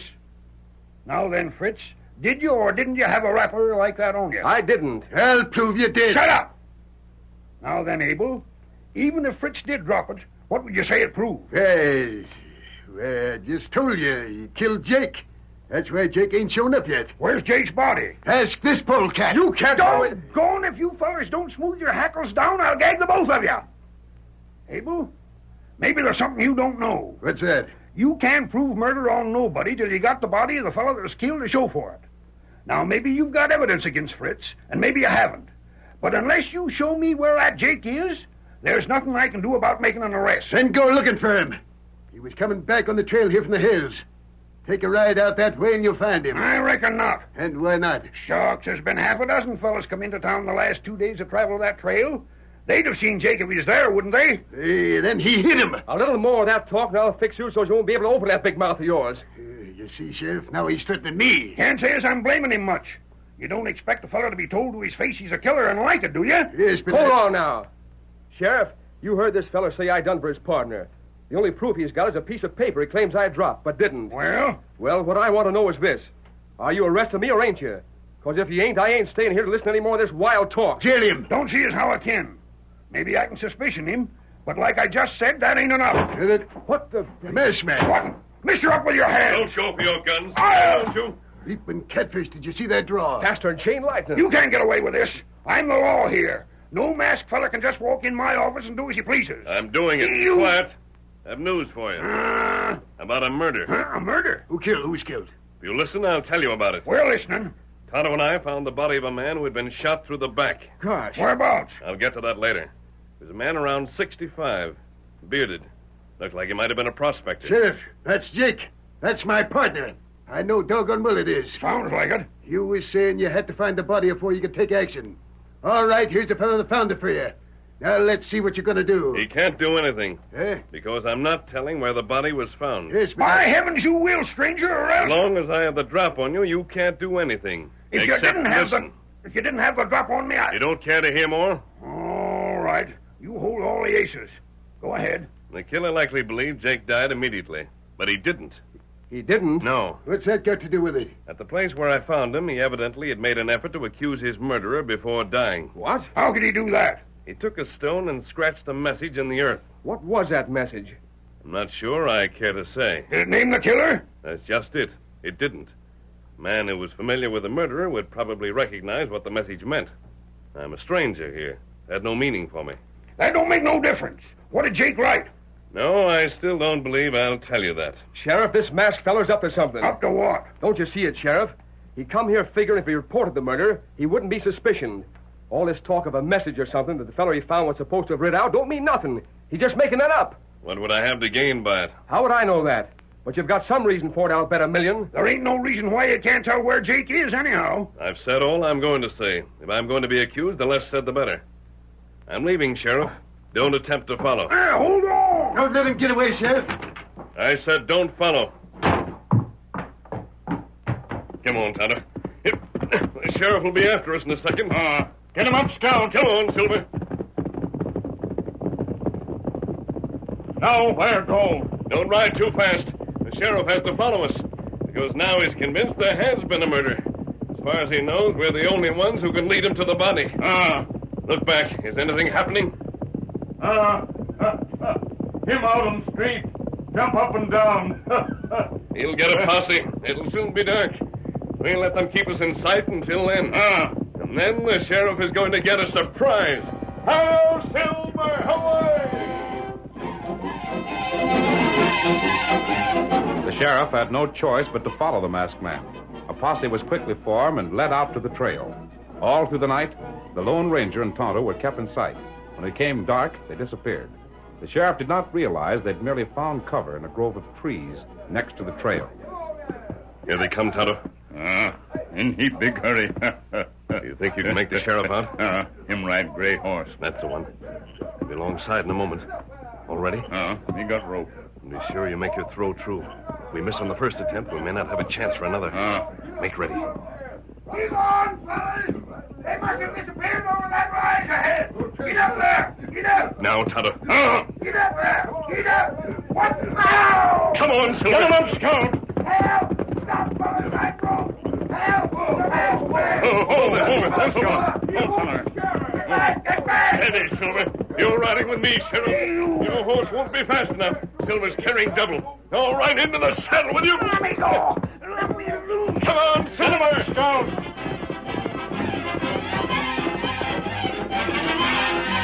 With the sheriff their prisoner, the Lone Ranger and Tonto turned around and guided their mounts once more toward the desert, where they found the body of Jake Bevins. All through the night they rode, but in the morning they stopped for a short rest, and the masked man explained his purpose to the lawman. You see, Sheriff, there was nothing else I could do. I couldn't tell you where the body was because the murderer was in the office at the same time. So that was it? Yes.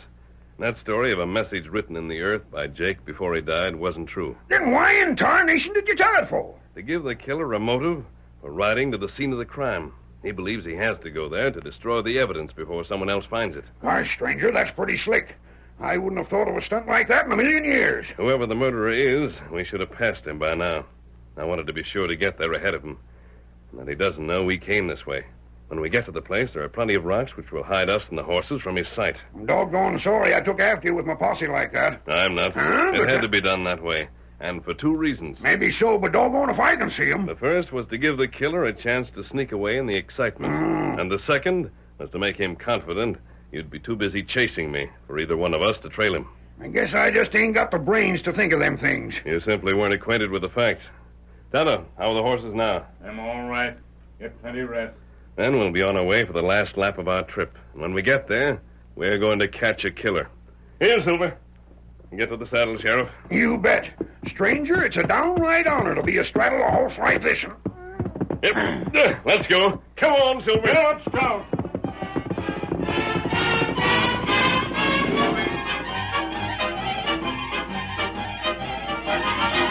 The 3 men rode until at last they reached the cairn the Lone Ranger and Tonto had built. There they dismounted and concealed themselves and their horses behind the huge boulders that surrounded the cairn. Hours of waiting followed, but finally, the Lone Ranger turned to the sheriff beside him. Sheriff, over there, a rider. Sure enough. That killer, all right. The sneaking varmint. Notice one thing, Sheriff. He claimed in your office that he didn't know where Jake could be, and yet he's riding directly for this group of stones. I noticed that. He won't be able to claim later that he discovered the place by accident. If he tries a story like that, it'll just go the worse for him. Quiet. He'll be here in a moment. Yeah. Get up. Get along with you. Get it there. Get it. Whoa there. Whoa. Where in the dickens? I ain't even laying here. This cairn. Somebody must have covered him up. I don't see nothing in the ground either. I don't know. Now. All right, you lying coyote. Heist your hand. What do you mean? Come on, Sheriff. Come, Tonto. Are you able? Killing your own partner. Killing the fellow you teamed up with all these years. Why, I ought to hang you on the spot. And after you tried to frame Fritz for this, I wish there was something worse than hanging I could give you. Sheriff, I never killed Jake. I never did I that. won't help you now. Unless you had, you'd never have been able to ride directly here. The masked man's right. And it was him that figured this whole thing out. You dirty coyote. All right, you got me. How'd you know it was me? I never left no trail. Did Jake really write something before he died like you said, stranger? He didn't. And how did you there know? There were several things, Abel. But the chief one that trapped you was your anxiety to trap someone else. I don't savvy. You gave yourself away that day in Mrs. Timmons' store. You claimed that Fritz dropped that paper from his pocket. It seemed to you like too good an opportunity to miss when he came in there with all that cash. Yes, but I was almost certain, however, that you would drop the paper. Bless you. This is the first time I could be positive, though.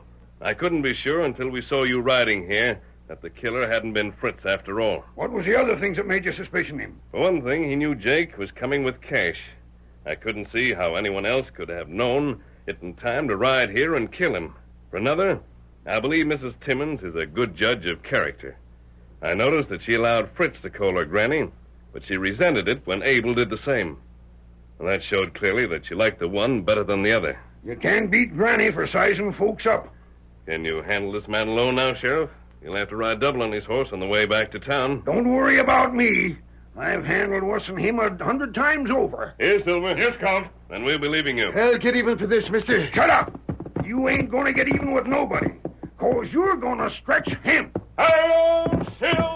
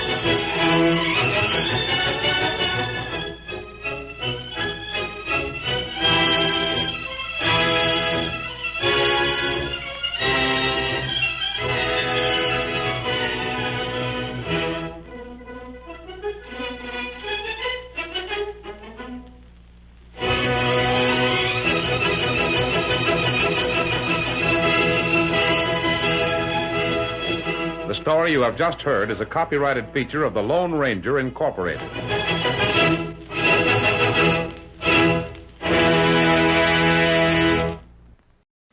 Hunt the biggest of all game with the Green Hornet and Cato coming up next. The American Broadcasting Company presents The Green Hornet.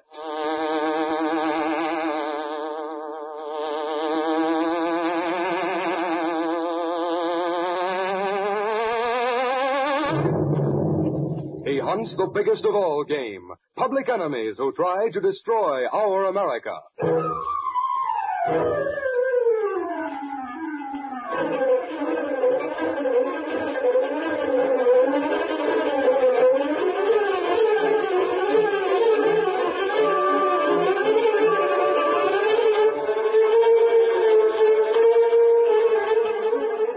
With his faithful valet Cato, Britt Reed, daring young publisher, matches wits with the underworld, risking his life that criminals and racketeers within the law may feel its weight by the sting of the Green Hornet.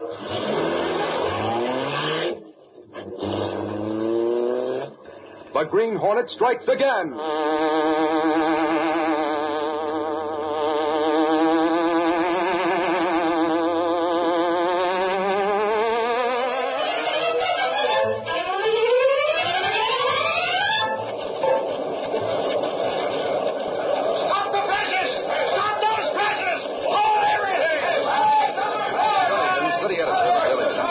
Flushed and waiting as the great newspaper presses rolled to a stop, and the curious press room men gathered around to ask questions. Just what's happened, Gunnigan? Yeah, we just got the Bulldog edition rolling. Yeah, what are you stopping us for? Hey, down, all of you! We've got everything set for a quick change. It's a front page switch. Well, give her the hot news, Gunnigan. What's up? Plenty. Mayor Rhinecliffe's just been indicted for graft.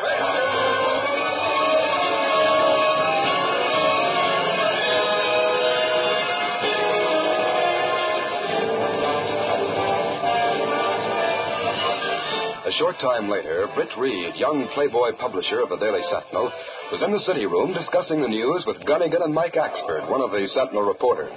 Frankly, I've been stunned by the news of Rhinecliffe's indictment. He's a close personal friend of mine, and has been proven to be the best mayor this city has had up to now. Maybe so, Reed. Sure, it's easy to know how you feel about it when you know him so well, but that's the way it was. Well, so you still think he's guilty, eh? What else can we think, Chief? According to the indictment, he's... Gunnigan, don't forget he has only been indicted. That doesn't prove he's guilty by a long shot. And it's only fair to consider him innocent until he is proven guilty. Well, Especially since we're newspaper men. It's downright unethical to try the mayor's case in the papers, as the others have already doing. That's a function for the courts. By golly, Reed, you're right. Guess I wasn't thinking. Well, that might be the case, Chief, but remember, the guy who's accusing Rhinecliffe is David Frankton. Big political boss of the state. Now, he ain't sticking his neck out like that for nothing. Well, that remains to be seen. Axford, try to get an interview with both Rhinecliffe and Frankton. Then let me know what you get from them. Think that's a good idea, Chief. We'll run both interviews in the same edition. If Axford gets anything from them. Oh, I'll come back with something all right. Don't worry about that. See you both later. Okay, Axford. I'll be waiting to know what they say, so see me when you get back. Okay, so long.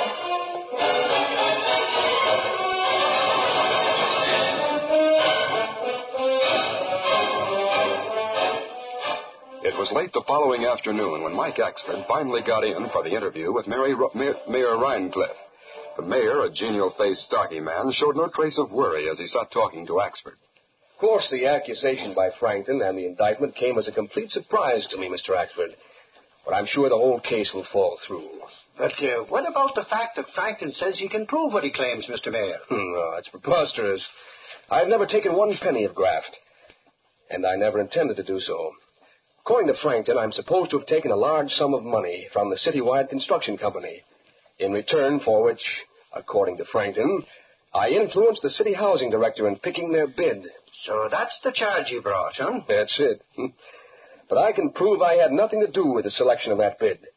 And I can further prove I did not receive 1 cent from that construction company, or any other company for that matter. Well, it's easy to see you're not the least bit worried about the whole thing, Mr. Mayor.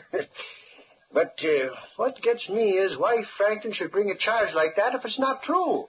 Frankly, that puzzles me, too. I've always been on the best of terms with Frankton. Or so I thought up to now. Well, I'm afraid I'll have to bring the interview to a close, Mr. Axford. There's nothing more I can say on the subject right now. Okay, Mr. Mayor. But if you don't mind, there's just one thing I'd like to ask. Very well. Have you any idea what sort of proof it is that Frankton expects to bring out? Well, for one thing, he claims he can produce a letter written by me to Mr. Purcell, the assistant housing director. Purcell handled the bids while the director was on extended leave. Frankton says that in the letter, I definitely directed Purcell to give the bid to Citywide, that I spoke of certain money which would be forthcoming to me. Whole thing is ridiculous. Purcell will be my main witness. Yeah. Well, thanks for seeing me, Mr. Mayor. Not at all. I'm always glad to talk to a reporter from the Daily Sentinel. Good day, Mr. Axford. Goodbye, sir. And good luck to you in your case. I hope Purcell can throw the lie to Frankton.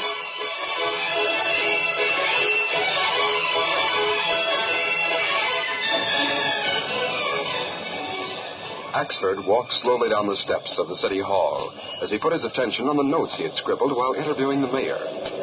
Then suddenly,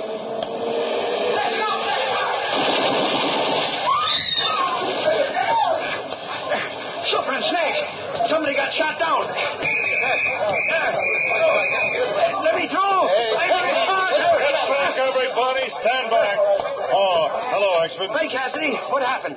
Anyone hurt bad? Sure. This man lying here was killed by bullets from that machine gun. You must have heard it. I heard it all right, but it all happened so fast. Have you found out who he is or who did the shooting? Well, the killers got away too fast to find out anything about them. But I know this guy all right. He must have just come out of City Hall. Yeah? Who is he then? He's an assistant in the housing director's office. Guy by the name of Purcell.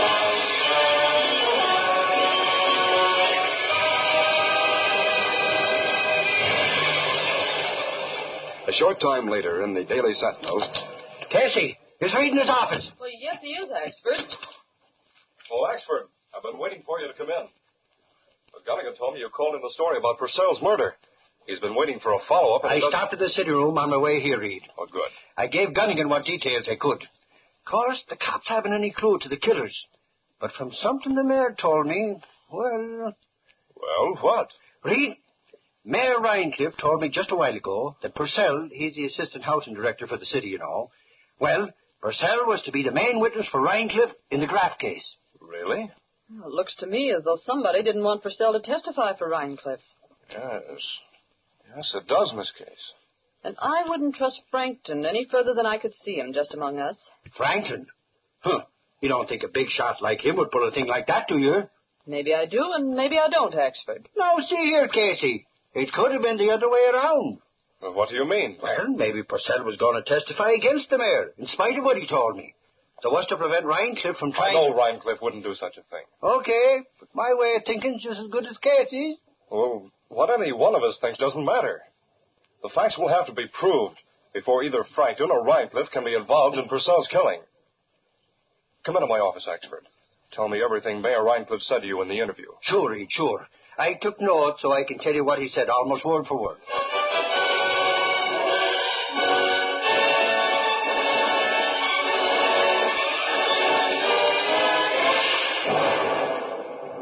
Britt Reed listened closely as Axford told about his interview with Mayor Rhinecliffe. A short time later, Britt sent Axford to police headquarters for further news. Then, leaving the Sentinel building, the young publisher went to his apartment, where Cato, his faithful Filipino valet, and the only person knowing his identity as the Green Hornet, was waiting. The two men discussed the case.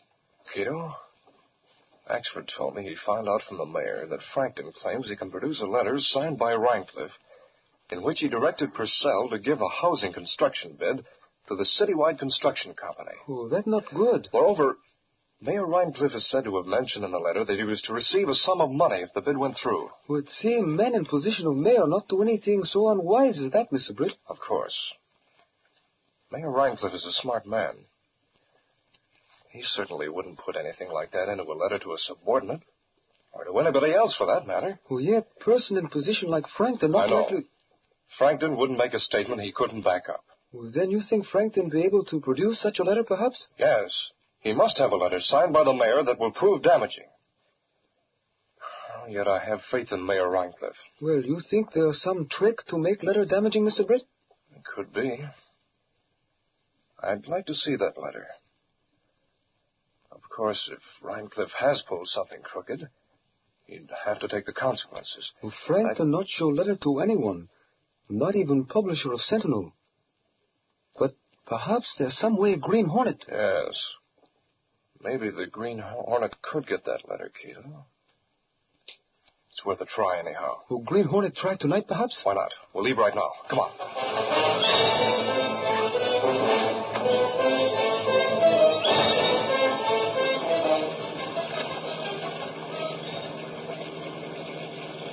We're right in the back of the building where Frankton has his offices. His private office is on the first floor at the back. Do you know which windows are in Frankton's office, Mr. Britt? Yes. Those two there. Pull close to the building and stop. His office is just above us.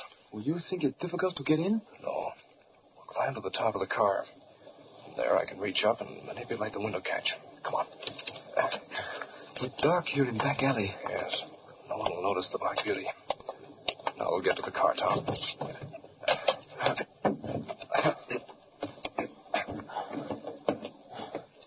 Oh, this brings us right up to window. Yes. Here goes. Using a thin steel instrument, Britt Reed worked for a few minutes on the window catch until finally it gave way. Well, that did it. Follow me inside, Cato. Don't make any noise. We don't want to have the building guard on our necks. Okay, come on. I'm coming. Flash your light around to get our bearings. Yes, sir. Look. Their file cabinet. Yes. You go look through the files under the R's. See if you find anything on Rhinecliff. I'll go through Frankton's desk. All right. It'll only take a minute. Now to search his desk. Britt and Cato made an exhaustive search of Frankton's office, but without success. Then, noticing a small safe, the old-fashioned type, in the corner, Britt decided to force it open. Time moved swiftly as Britt, with experienced fingers, worked on the safe. With the aid of a small electrical device to amplify the sound of the tumblers, he twirled the knobs untiringly. I'm familiar with this type of safe, but it's taking a long time to... There. I heard the tumblers fall, Cato. Oh, that's good. We here in office too long for comfort. Yes. Now for a look inside. Safe connected with burglar alarm. Yes. I'll have to hurry. The guard will be here any minute. You go out the window now. Hurry. I have Black Beauty ready for quick getaway. An envelope. Evidence against Rhinecliff. I got it. Oh, the guards have to beat it. Hey, look. Go through the window. It's a Green Hornet. Shoot again, Bill. Quick. No. You hit him. You shot the Green Hornet.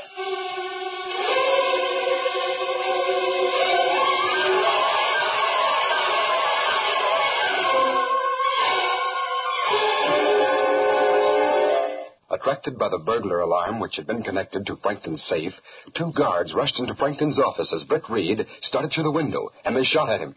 At the second shot, Britt groaned, and for a few seconds swayed as he straddled the window ledge. He's shot. You hit. Hurry, I held. I'm all right. Graze my shoulder. Quick, help me. We must hurry. Jump to ground. Get in quick. Hurry, Cato.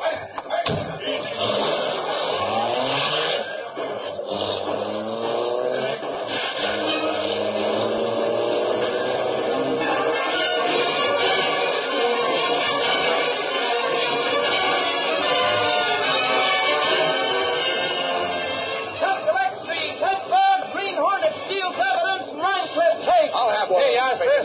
Hornet wounded, escaping from Frankton's office. Hey, yes, sir. Read all about it. Captain Elect Street.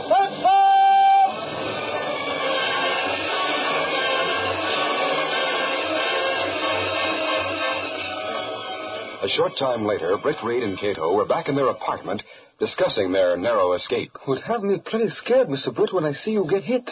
Luckily, the bullet just grazed my shoulder. But for the moment, I was slightly stunned. Oh, it feels all right now, thanks to your doctoring, Cato. Will you not look at letter yet? Oh, we'll look it over now. Hand it to me, will you? Yes. Let's see now. 6, City. What did it say, Mr. Britt? It's a long letter, Cato. Taking up a whole sheet of paper and part of another. The incriminating part is the last paragraph on the first page and the ending. Oh, it not seem possible Mayor write such a letter. Well, there it is. Of course, he'd have to have something on Purcell to dare to put on such a thing in writing. Well, then you think Rhinecliff really signed letter? Oh, he signed it all right. I've seen his signature often enough. But Well, you have other thought? Yes, I have, Cato. Well, what you thinking of, Mr. Britt? I'm thinking of a plan to find out the truth. I'll tell you what my plan is, and then in the morning I'll put it into effect. And I have reason to believe we'll get results.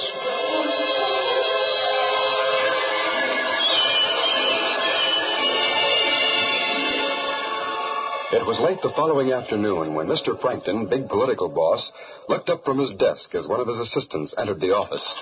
Well, what is it?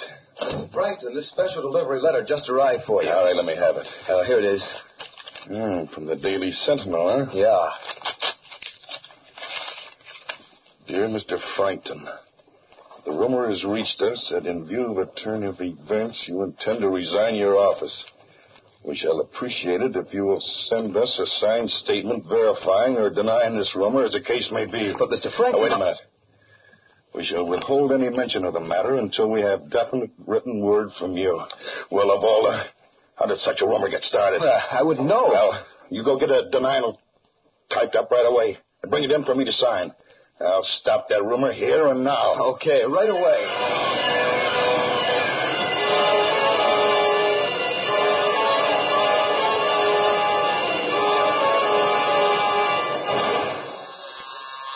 Yes? You wanted me, Mr. Dixon? I was out of the office. Miss Hood, I have a letter here from the Daily Sentinel. Special delivery that just arrived. Yes, sir?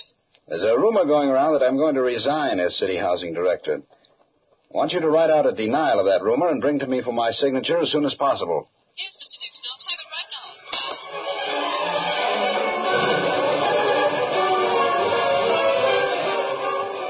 now. That same afternoon in the mayor's office, And we shall withhold any mention of the matter until we have definite written word from you. I'll have to get out a denial of that rumor right away.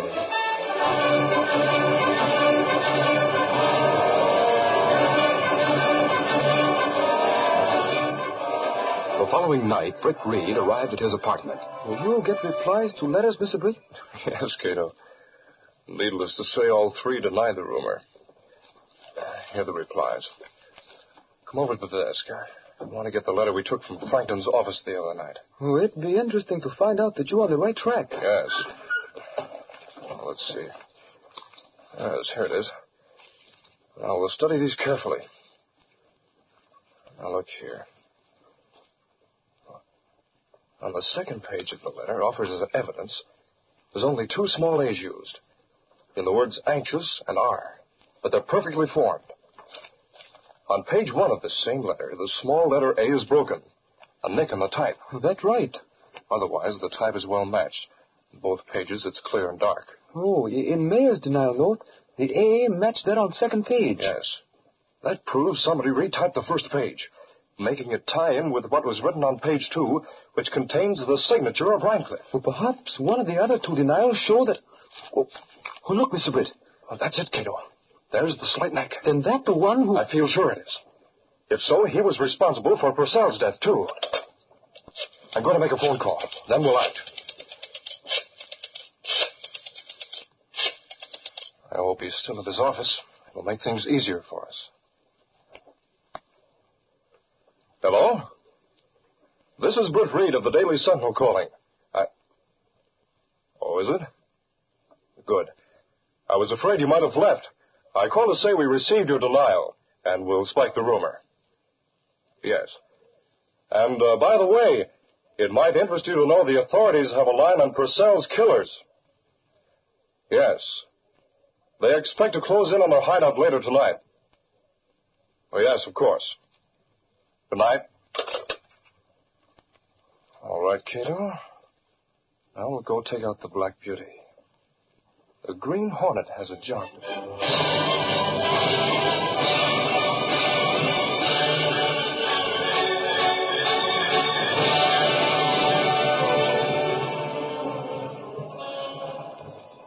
Well, maybe he'll not drive to hide out, but use phone instead, Mr. Britt. I don't think he'll phone.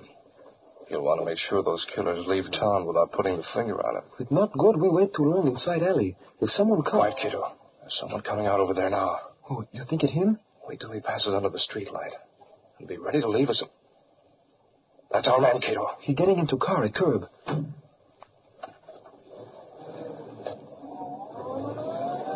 There he goes. Get after him, and hurry.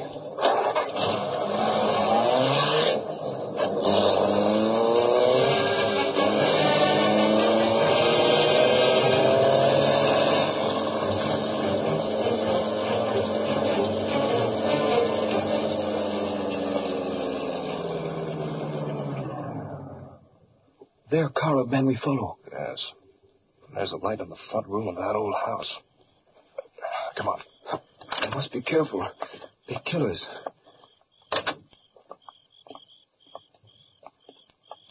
We'll be ready for them. Anyway, we'll be taking them by surprise. Easy now.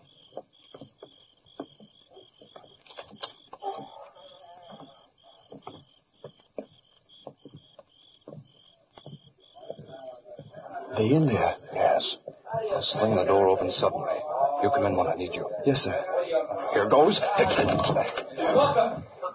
Don't move, any of you. Well, Nixon, here I am, according to your plan. Plan? What are you talking about? Oh, don't worry about those two mugs, Nixon. I promised I'd get rid of them for you. Hey, what's that you say? Don't pay any attention to them boys. He's Look, trying to... Nixon, I don't fool around when I have a job to do.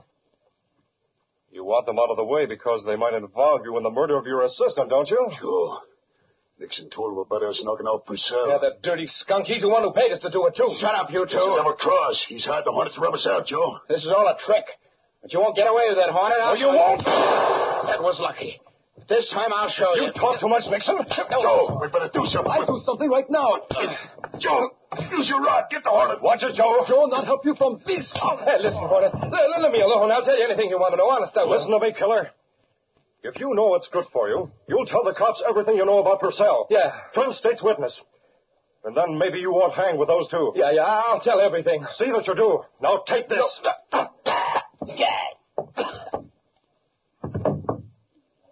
Now you can phone the police, Cato. I'll leave a little note telling that these are Purcell's killers. Joe's talking will do the rest.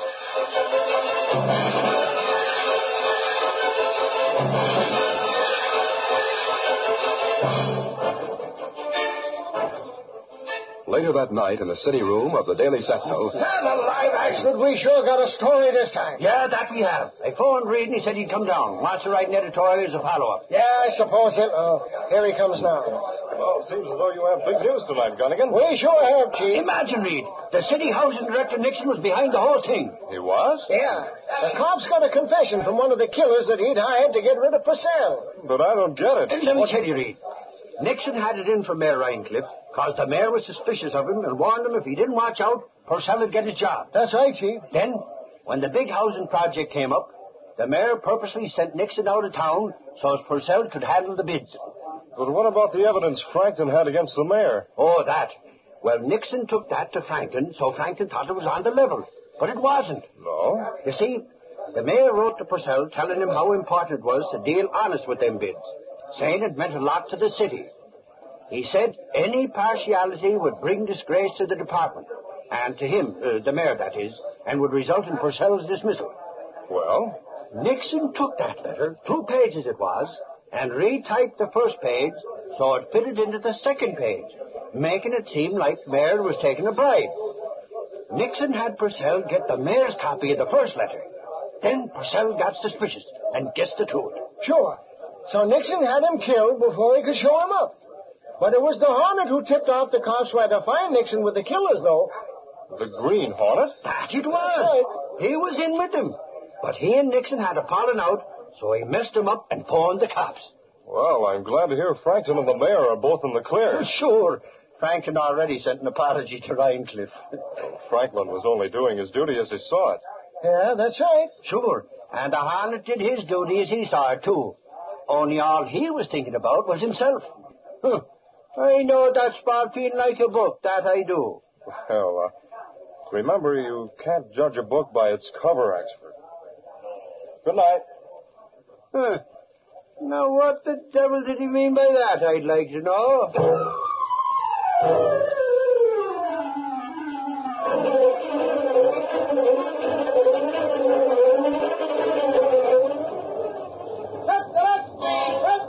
Mayor cleared Nixon down for personnel motor. Green Hornet implicated. Read all about it. Green Hornet still in charge. That's the next street. Pet Bob!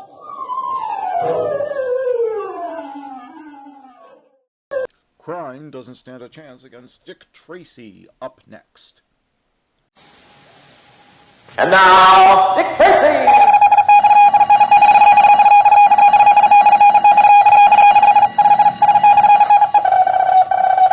This is Dick Tracy on the case of the Book of Four Kings. Stand by for action. Let's go, men.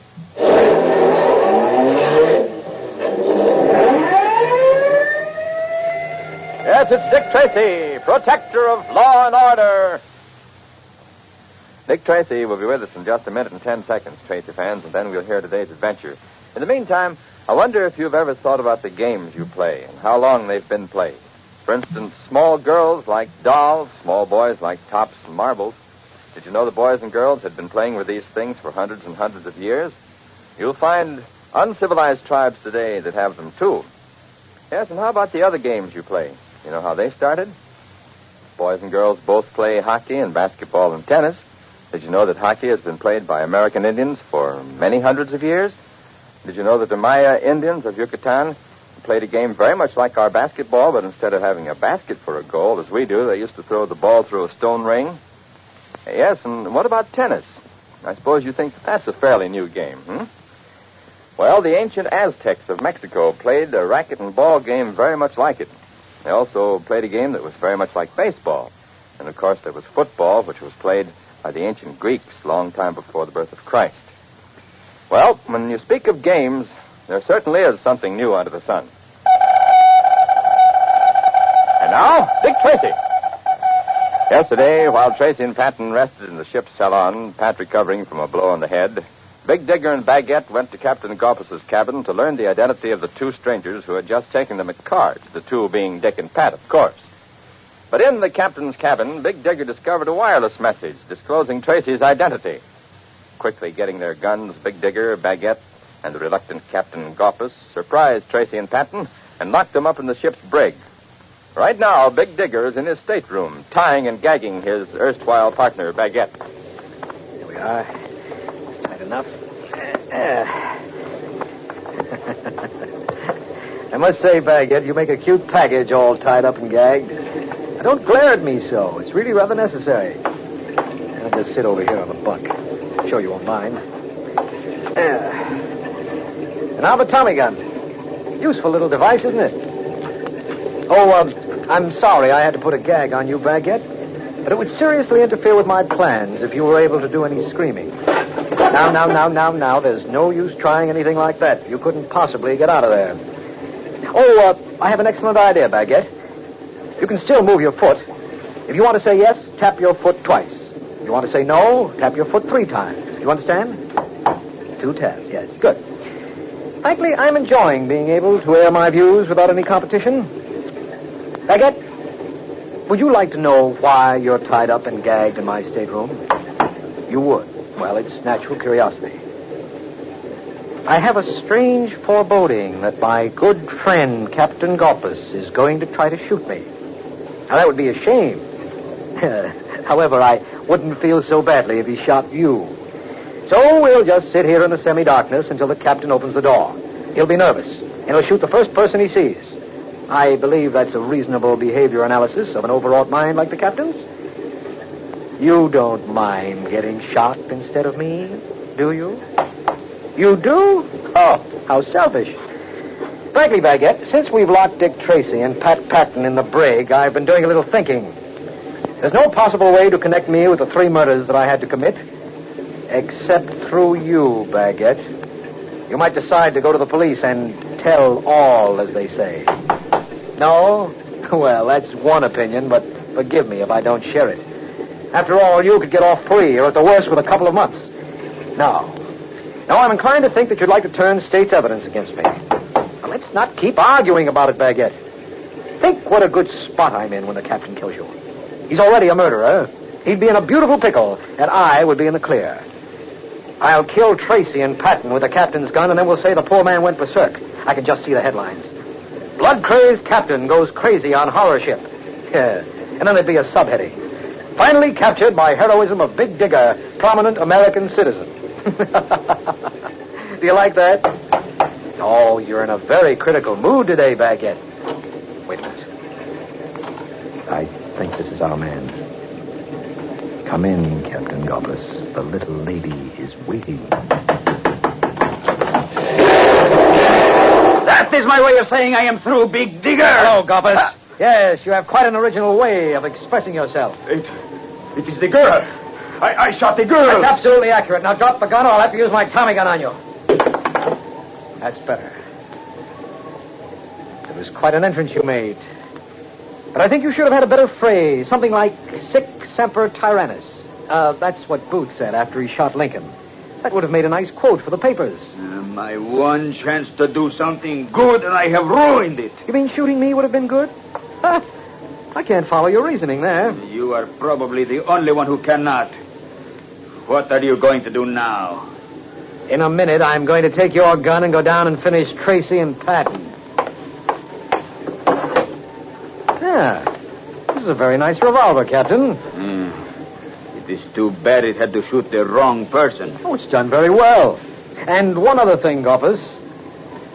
You're going to commit suicide in a fit of remorse at killing Baguette, Tracy, and Patton.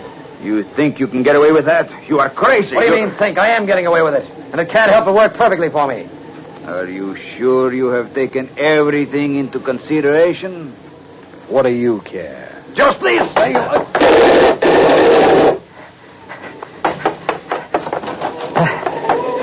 got him right across the back. He won't go far.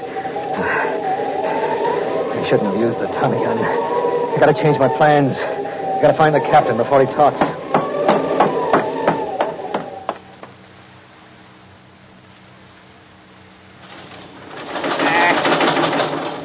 This is a well-made cage, Patrick. You're not going to get out of it by shaking it apart. Well, at least it gives me exercise. This is hardly the time to undertake a physical development program. From that remark, I suppose I'm to assume that you've been thinking. To a certain extent, yes. Well, have you thought us out of here? No. Then I'm going back to shaking the bars. You and your helicopters. What are we going to do now? Get out of here and grab Big Digger. What a wonderful idea. I hadn't thought of it. Always reduce a problem to its simplest terms, then set about solving it. Richard, I don't know what I'd do without you. But I have an idea I could steer clear of a lot of jails. Why, Patrick, how ungrateful. This is the first time we've been in a ship's brig in months. I suppose that thought is to cheer me up. Hold it. Someone's coming down the ladder. You're undoubtedly Big Digger to shoot us like a couple of fish in a barrel. Hey, it's Captain Gorbus. He's been badly wounded. Look at his shirt. I come to get you out. Now we're doing something practical. No, here, give me the key, Captain. You're too weak to use it. Come on, Pat. Get Big Digger. Yes? He shot me. I'm dying. Did not mean to kill girl. Big Digger. Get Big Digger. Tommy gun. Cabin 12D. Dick, can we get a doctor for him? It won't do any good, Pat. He's dead. Then come on. Let's get Big Digger.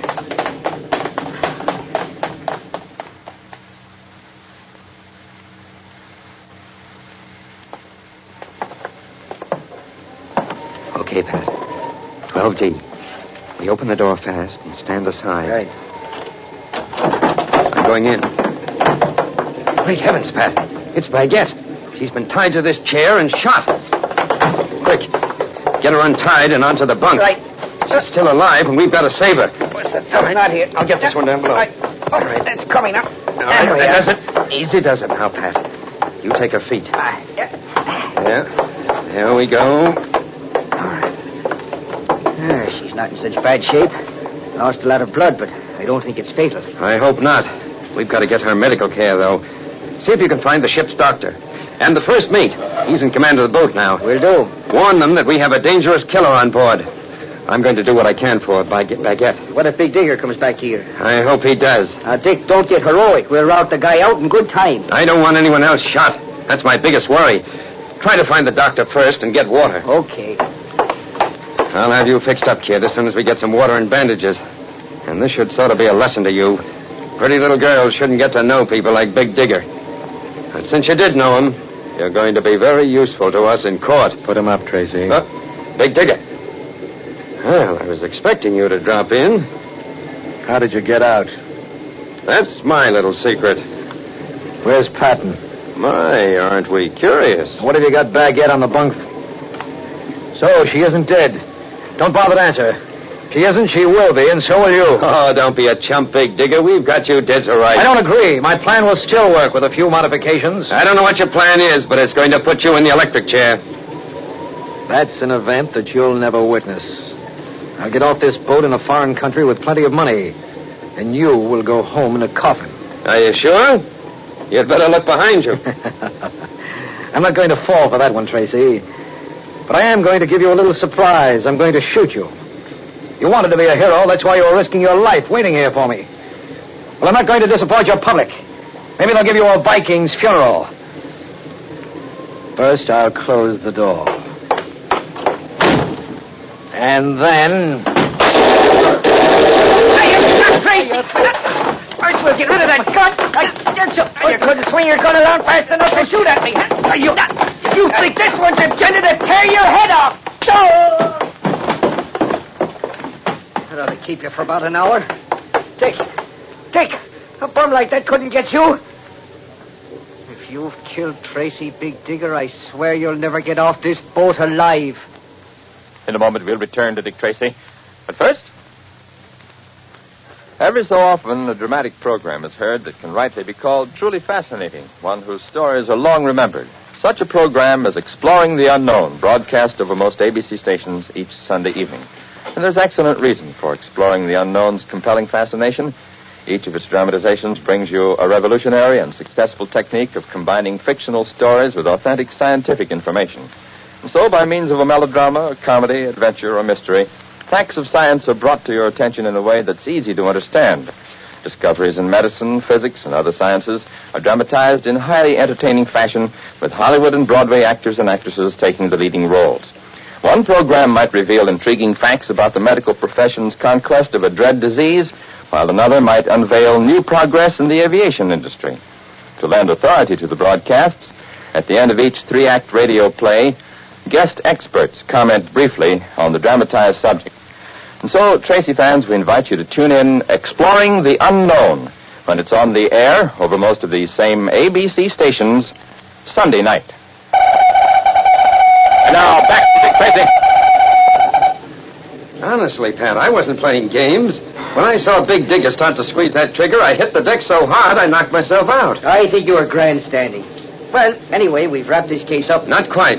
I have one very important thing to do when we get our prisoners back to town.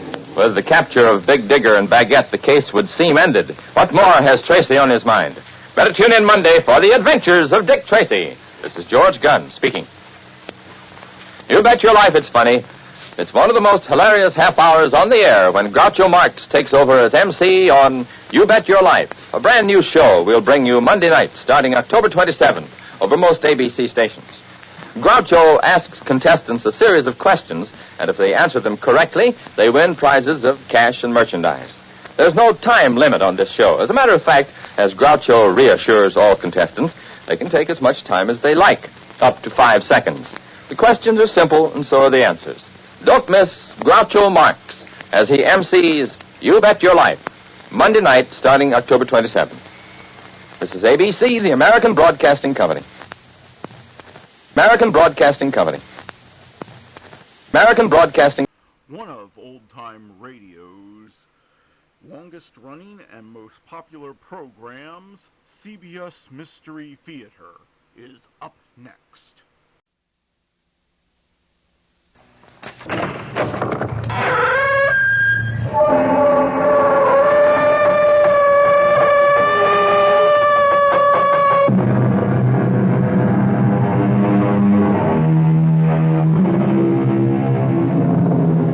Come in. Welcome. I'm E.G. Marshall. The fates, they say, weave the pattern of our lives. Some there are who believe that whatever happens to us is destined so to be, while others talk of free will. However it may be, certainly there is one element that touches all our lives, the element of the unexpected. How often have you asked, why did this happen to me? Rarely, if ever, have you found a satisfactory answer. So it was one fatal night with Nell Pearson, Mrs. Nell Pearson, widow, whose life was about to be shattered by unimaginable, unexpected horror.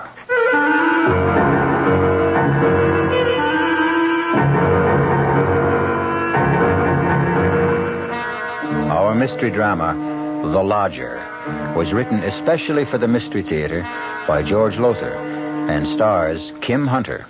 It is sponsored in part by Buick Motor Division and Anheuser-Busch Incorporated, brewers of Budweiser. I'll be back shortly with Act One. You've been hearing some pretty lavish claims recently about miles per gallon. We'd like you to consider something equally important, and that's range. Range is the miles per gallon multiplied by the number of gallons your car's tank holds. Range is what makes the Buick Apollo such a special small car. It comes from coupling the Apollo's economical 6-cylinder engine with a standard 21-gallon tank. It holds a lot, but it doesn't use a lot. Look into the Apollo. It's the Buick of small cars. Hello, this is Goldilocks. It seems like only yesterday that I was a little girl tasting porridge. You know, this one's too hot. This one's too cold. And now I conduct taste tests on diet drinks. And there's one I must tell you about. Sugar-free Diet 7-Up. It has a fresh, natural, delicious taste. It drives my taste-o-meter crazy. Sugar-free Diet 7-Up. This one's just right. Dreaming about becoming richer? Why not wake up richer every day? At Suburban Savings in North Jersey, getting richer is an everyday reality, because Suburban has put into effect higher effective returns. Suburban's limited issue 7.50% savings certificate has an annual effective yield of 7.90%. And Suburban guarantees it from 4 to 10 years with a minimum investment of $2,500. You'll sleep a lot more soundly knowing your savings are earning more money at Suburban Savings. So sleep on Suburban's higher effective return tonight and come into any of Suburban's convenient offices tomorrow in Bayonne, Edgewater, Elmwood Park, Emerson, Hackettstown, Morris Plains, Nutley, Paramus, and Sparta. Early withdrawal prior to maturity is, according to regulations, subject to a substantial penalty.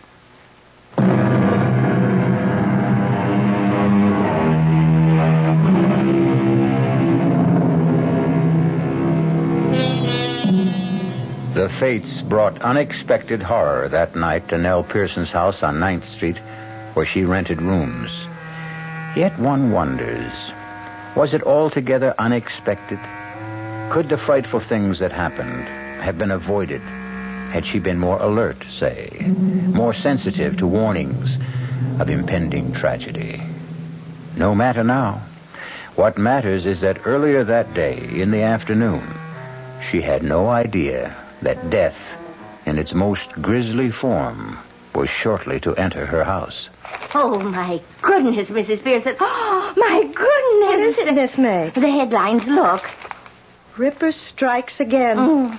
Oh, good heavens, that's awful, perfectly awful. Read it, Mrs. Pearson, read it. I am. No, out loud. I mean, I want to hear. But you just finished reading. Well, all right. The Ripper claimed another victim last night. Thursday night. Thursday. He always kills on a Thursday. This time, another attractive widow, Mrs. Henry Dodd. Always a widow. Always a widow. Miss Mapes, please. The body, gruesomely slashed and mutilated, was discovered by a neighbor who, hearing Mrs. Dodd's hysterical screams, rushed to her apartment. There she found the comely young widow lying in a pool of blood. Oh. And a message scrawled in red lipstick across one wall. Stop me. Please stop me. Excuse me, Miss Pearson. Which windows you want washed first? I don't know, Charlie. You want to get to that today? Well, it's kind of warm out. I thought it'd be a good time to get started on them. Well, you decide, Charlie. Suit yourself. There's been another one, Charlie. Another what, Miss Mapes? Murder by the Ripper. Another widow, like always. You don't say. That makes a fifth, don't it? The fifth in 5 weeks.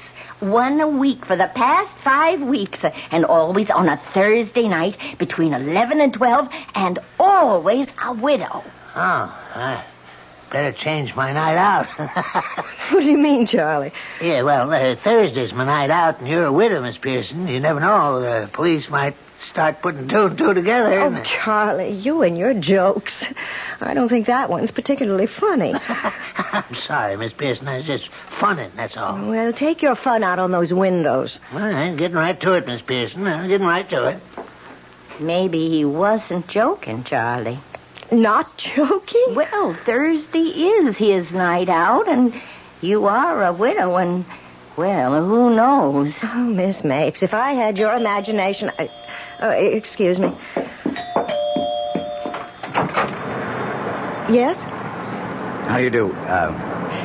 My name is Tony Adams. I saw your signed rooms. Wondered if you had a vacancy, maybe. Oh, yes, I do. Won't you come in? Thank you. I have a room on the second floor front. It's very spacious, light, and airy, too. Fine, I'll take it. You haven't even seen it. I've seen you. I don't go with the room, Mr. Adams. Oh, sorry. I meant it as a compliment, not a proposition. I'll show you the room. This way. May I ask your name? Pearson. Mrs. Eleanor Pearson. Nell. You've been in town long, Mr. Adams? Oh, no, a few weeks. I've been staying at a hotel, but, well, I never did like hotel living. Oh, what do you do? Reporter. I'm a reporter on the City Sentinel. Oh, that must be interesting. My husband always said newspaper work must be fascinating. What did he do? The room's this way. Why, he was a riveter. Putting in beams on new skyscrapers. Dangerous work. You been a widow very long? Oh, it's close to 3 years now that... How do you know I'm a widow? Don't look so surprised. For one thing, you talk about your husband in the past tense, and for another, you're not wearing a wedding ring, and, well, rooming houses are run by widows more often than not. Oh, you're very observant. I'm a reporter, and that's my job. Yes, I suppose it is. Here's the room. Fine, just fine. You haven't seen it. You're not even looking at it. Why look at a room when I can look at you? Mr. Adams, let's get something straight. I've had more than one male boarder make a pass at me, and everyone found himself out on the street in short order, bag and baggage. Now, if you're after a room, fine. But if you're after something else... Ah, come on now, Nell. Mrs. Pearson, if you don't mind. Okay. I've got to get back to the paper. See you later. But you haven't even asked the price. It'll be okay, whatever it is. It's $80 a week, including breakfast and dinner. Whatever you say, Nell, whatever you say. Well, I never. Doesn't look at the room, doesn't care about the price, just drops his top coat on the bed and he's off. Well, I'd better hang his coat in the closet. It'll get all creased. Oh, no, what was that? Fell out of his pocket. Rolled under the bed. Would roll under the bed, of course. Make me get down on my knees and... Why, it's a lipstick. What in the world would he be doing with a lipstick?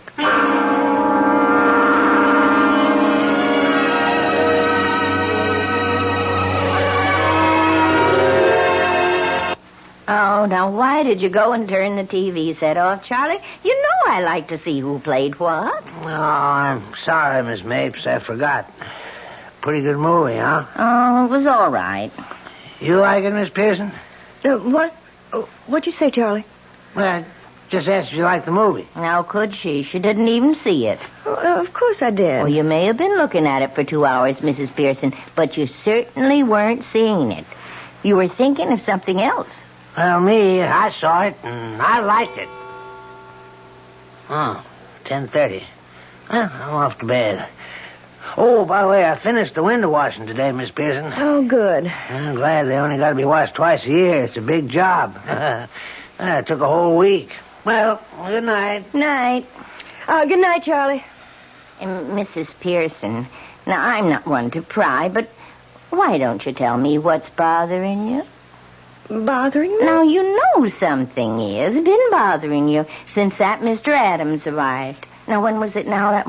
This is Thursday, and he took the second floor front Friday it was. Mm-hmm. Now, I'll tell you something. You haven't been the same since. Oh, it's nothing, Miss Mapes. Nothing at all. Now, you don't fool me. Something's worrying you. I know it is. Oh, I might as well tell you. It's this. Why? Well, it's a lipstick. Why should a lipstick upset you? Well, it was in his pocket the day he arrived. His topcoat pocket. It fell out when I picked the coat up. So? It's the same color. Mandarin scarlet. The Ripper uses to scrawl those awful messages with. Oh, and you think... Oh, you don't think he's the Ripper? Oh, no. Of course not. Well, then why the worry? I don't know. It just bothers me a little, that's all. And now, if you're all that worried, you could... Or maybe you did check on him? Check on him? Well, find out if he really does work for the City Sentinel and like that. You could call the paper. Oh, I'm just being silly, that's all. Of course you are. Mountains out of molehills. Well, I'm off for bed. Oh, are you sleeping better since we exchanged rooms? You've no idea. The traffic isn't anywhere near so loud. But what about you? Oh, I don't mind it. I told you that months ago. I know, and I thank you. Stop worrying now, and... Oh, here's the lipstick. I certainly don't want it. Oh, good night. Good night, my dear. Sleep well.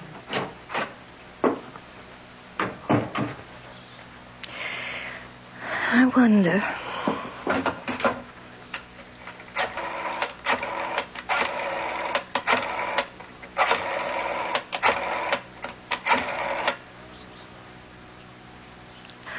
Hello?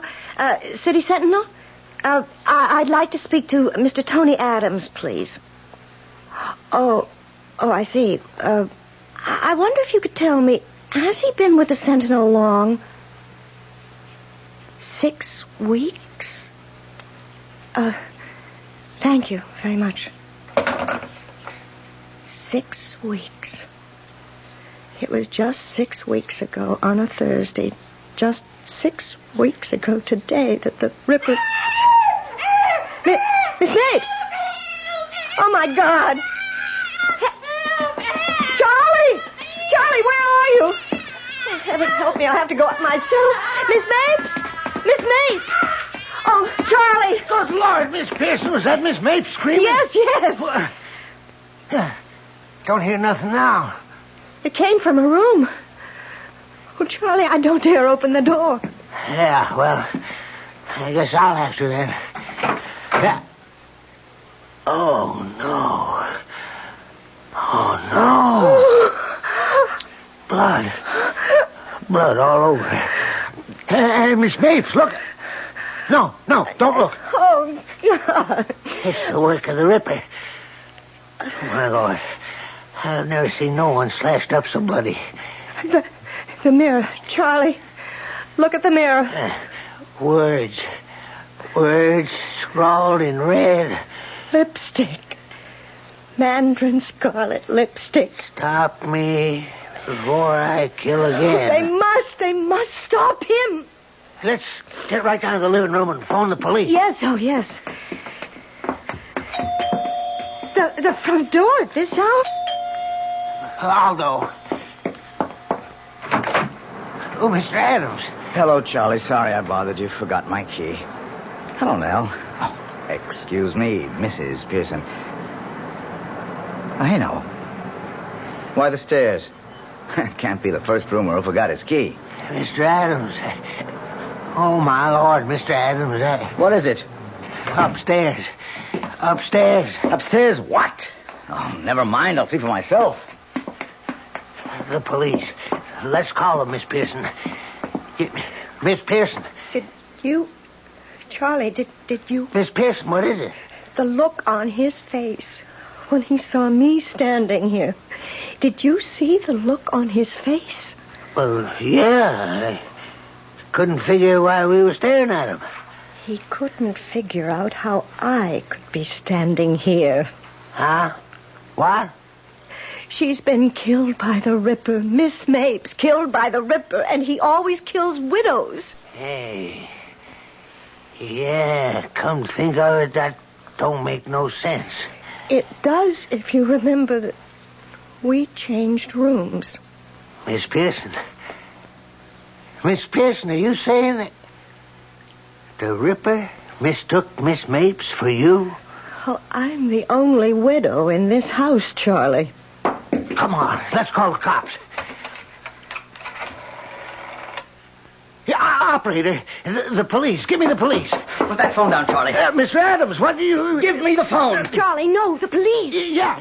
Hello, this is Give Charlie. me that phone.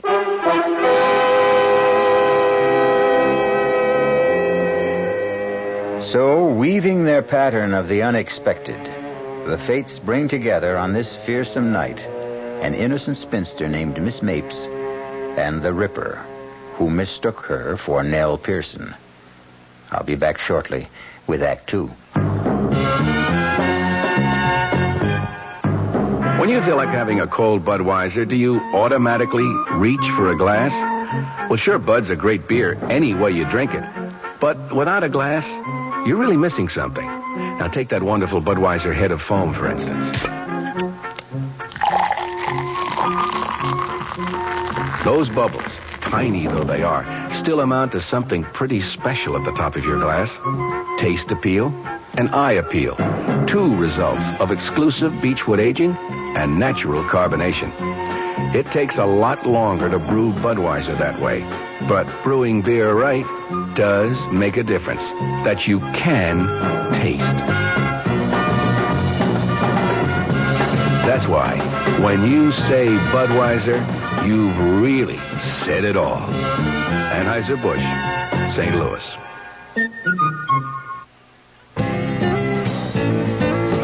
Hey, Mom, what's for dinner? Hey, Mom, what you got?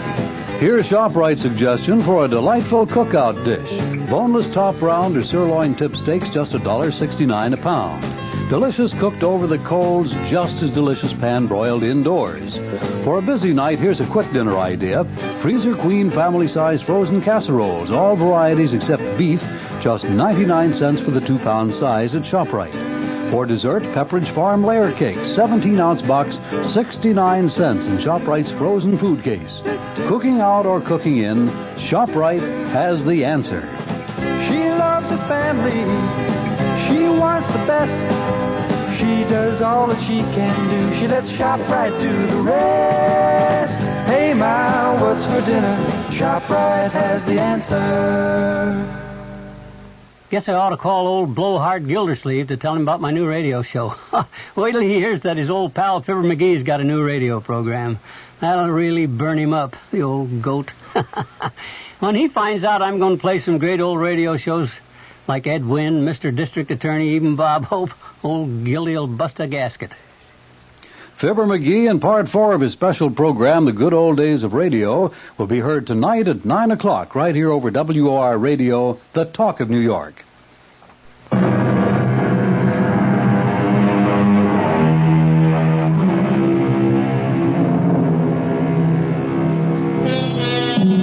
Mrs. Nell Pearson feels that she's about to faint as she sees her new boarder, Tony Adams, grab the telephone away from Charlie, the handyman, break the connection with police headquarters, and then begin to dial another number furiously. Charlie stands as if turned to stone. Nell grabs the back of a chair for support as... Give me the city desk. Hank, Adams. The Ripper is struck again. Time. 11:15. Place, 129th Street. Rooming house owned by Mrs. Eleanor Pearson, widow. What? No, not her. One of her boarders. Miss Mapes. Well, he must have made a mistake. Hank, I know, but it isn't a widow this time. Now stop talking and take this, will you? In one of the ghastliest, bloodiest murders he's yet committed, the Ripper slashed his sixth victim.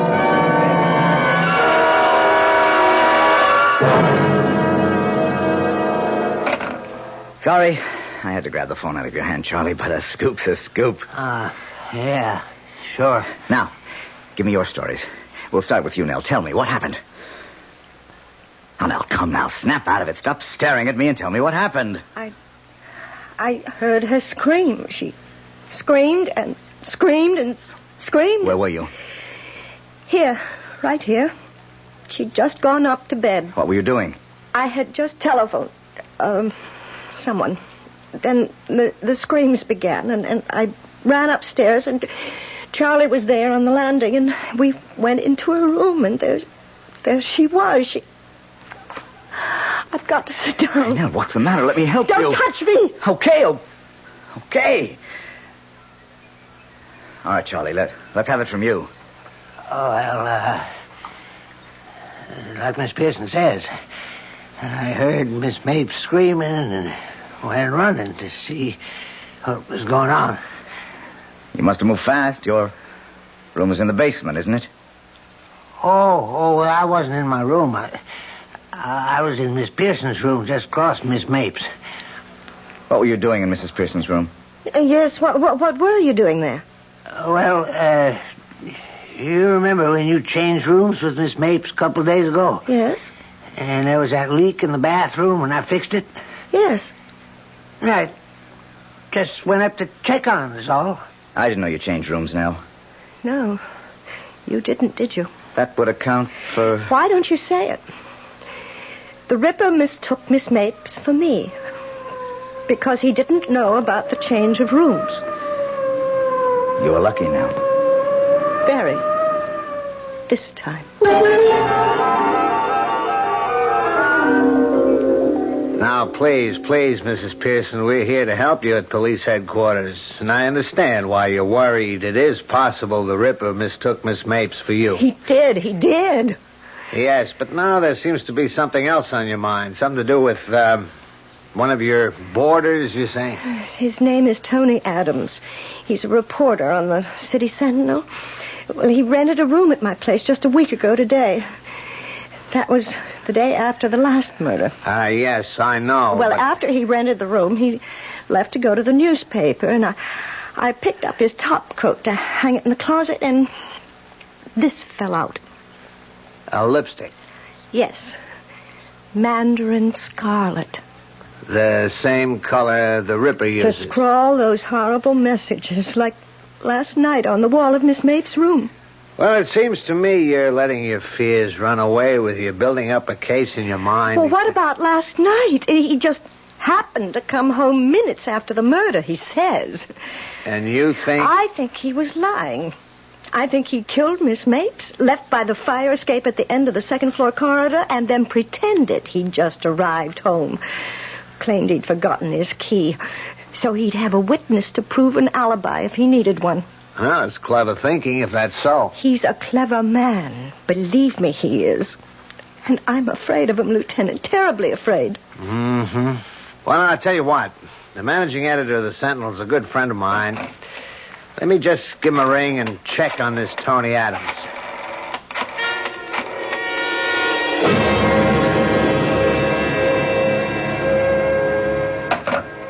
Mm-hmm. What? It's interesting. Your friend Mr. Adams was hired away from another paper, a metropolitan daily, because of the record of scoops he'd built up in a little more than a year. Scoops? Oh, that means... He always managed somehow to be on the scene of the crime first. An unusual record. A most unusual record. You think... Oh, I know what you think.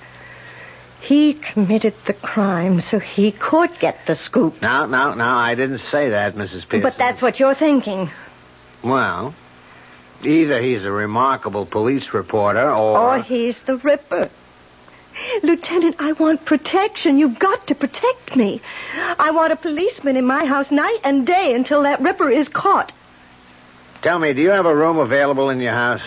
Well, there's Miss Mapes' room. Why? Well, look, don't hold me to this. What with one thing and another, we're short-handed right now, but if I sent one of my men to act like he was a boarder... Oh, I'd make room for him. You can be sure of that.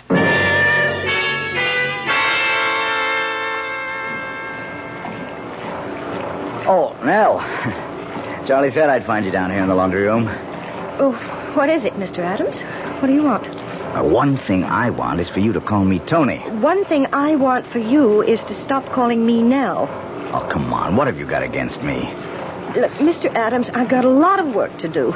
Well, not much sense asking you now. What is it? Why, well, I was going to ask if you'd like to go to the movies with me. I figured that'd be your answer. What other answer would you expect? There was a murder in this house last night, a gruesome murder. Not only that, but the victim was a friend of mine. And you have the indecency to ask me to go to a movie with you? Yeah, I guess you could look at it that way, only... Look, I wish we could be friendlier, that's all. I'll level with you now. Excuse me, Mrs. Pearson. I've been thinking of settling down for some time now. So I've been looking around, you know, keeping my eyes open. And the minute they fell on you, Mrs. Pearson. Oh, no, damn it, Nell, listen to me. Take your hands off me. I don't call laying my hands on your arm exactly putting my hands on you. Don't touch me. Don't even touch me. What is it with you? Well, don't just stand there looking at me. What is it? I just want to be left alone. You just want to be left alone, or you just want to be left alone by me? Answer me. By you. Sorry. I won't trouble you again. Good night. What are you doing there? Charlie. I come down to tell you there's somebody upstairs looking for a room. Man or woman? Man.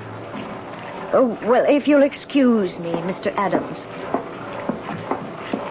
How long were you standing there, Charlie? Me? I just come down. Why? Nothing, Charlie. Nothing.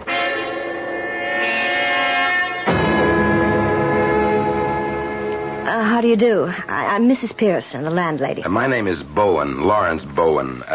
I saw your sign out front. I wondered if you had a vacancy. Yes, I do. A bed sitting room. Would you care to see it? If it's not too much trouble. No trouble at all, if you follow me. Did anyone recommend you here, Mr. Bowen? Well, no. I couldn't say I was recommended, although... Yes? Well, you might say I heard what happened here last night, and well, that's why I'm here. Well, here we are. This is the room. So this is where it happened. Yes. Huh. What a shame to die like that. Maybe you could fill me in on some things. I got a lot from Lieutenant Golan, but I'd like to hear your side of things.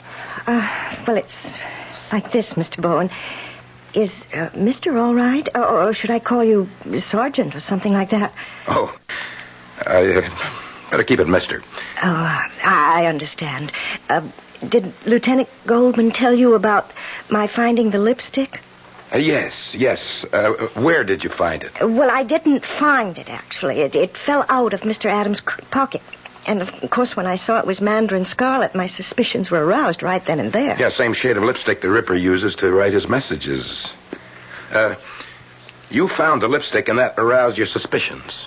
In other words, you think he could be the Ripper. I'm practically sure he is. Which is his room? Right there, that front room at the end of the corridor. I'd like to have a look at that. Is he out of the house? Oh, he may be.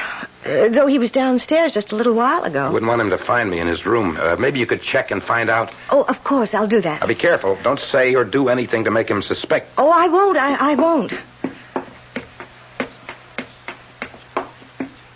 Oh, Charlie, where's Mr. Adams? In the sitting room. He said he was going to write some letters. Oh. Was something wrong, Miss Pearson? You act upset. No. I'm not upset. Not in the least. Thank you, Charlie. Oh, you've finished writing your letters. Huh? Yes. How did you know I was writing letters? I noticed you're holding some letters in your hand. I assumed you'd just written them. Naturally. Naturally. And now I'm going out and naturally post them.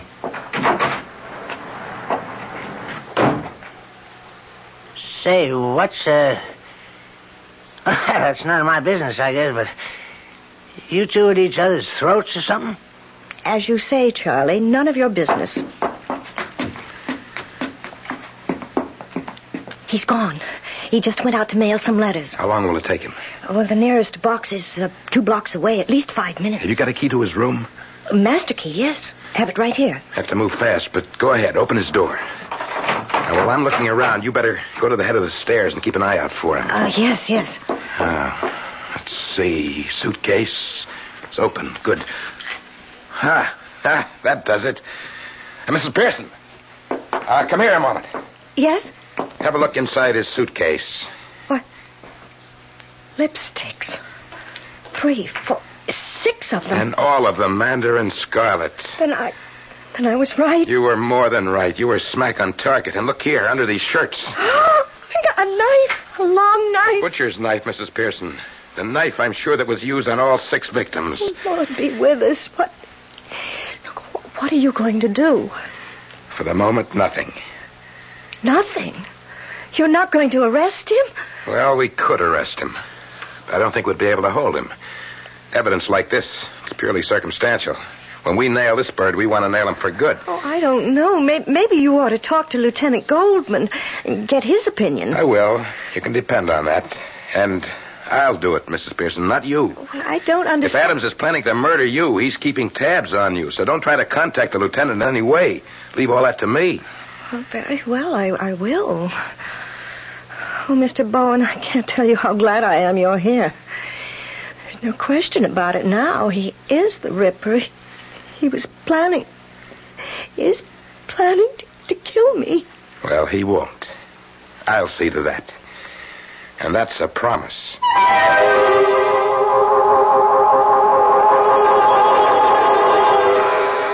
Protected by Mr. Bowen, Nell Pearson feels safe. Well, safer than she did. But all too often, the fates are at work, weaving, ever weaving, the unexpected. I'll be back shortly with Act 3. Give your hand to a friend. Give your heart to your love. But give your allergy to contact. Now listen carefully, because this message may surprise you.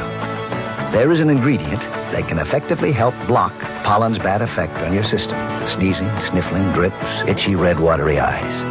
It's the antihistamine most prescribed by allergy specialists, and it's an ingredient in Contact. Surprising, yes, but the true wonder of Contact is how our tiny time pills keep this antihistamine working, helping up to 12 hours per capsule, all day, all night. Allergy is our business, too. Give your hand to a friend. Give your heart to your love. But give your allergy to Contact. Take Contact only when needed, only as directed. Introducing the greatest taste to come out of your toaster since Samuel Bath Thomas baked his original English muffins in 1880. Thomas's new onion English muffins. Little bits of real onion blended into Thomas's original English muffin recipe create a tangy taste that makes everything fantastic, like burgers and cream cheese and cold cuts. Even butter tastes better. Thomas's new onion English muffins. The greatest new taste since 1880. Thomas's promises. Hey, Pat, how tall do you think she is? 300 feet if she's an inch, Luigi, and a fine lady she is. The year 1886. While most New Yorkers were enjoying their first look at the Statue of Liberty, a few were enjoying their first taste of Thomas's bread and discovering it was every bit as delicious as Thomas's English muffins. Today, there's still never been a lady to equal the lady, or a bread to equal Thomas's protein, whole wheat, and white bread. Thomas's promises. It's bitter. It's sweet. It's bitter. It's sweet. It's bitter. It's sweet, Marcello. Well, maybe it's a bit sweet, Sophia. On second thought, I love its bitterness. Punte Mes. Is it bitter? Is it sweet? People have been arguing about it since 1786. Punte Mes, a lovely before lunch or dinner drink from Italy. On the rocks or with soda and a slice of orange. Punte Mes, capital P-U-N-T, little e, capital M-E-S. It's bitter.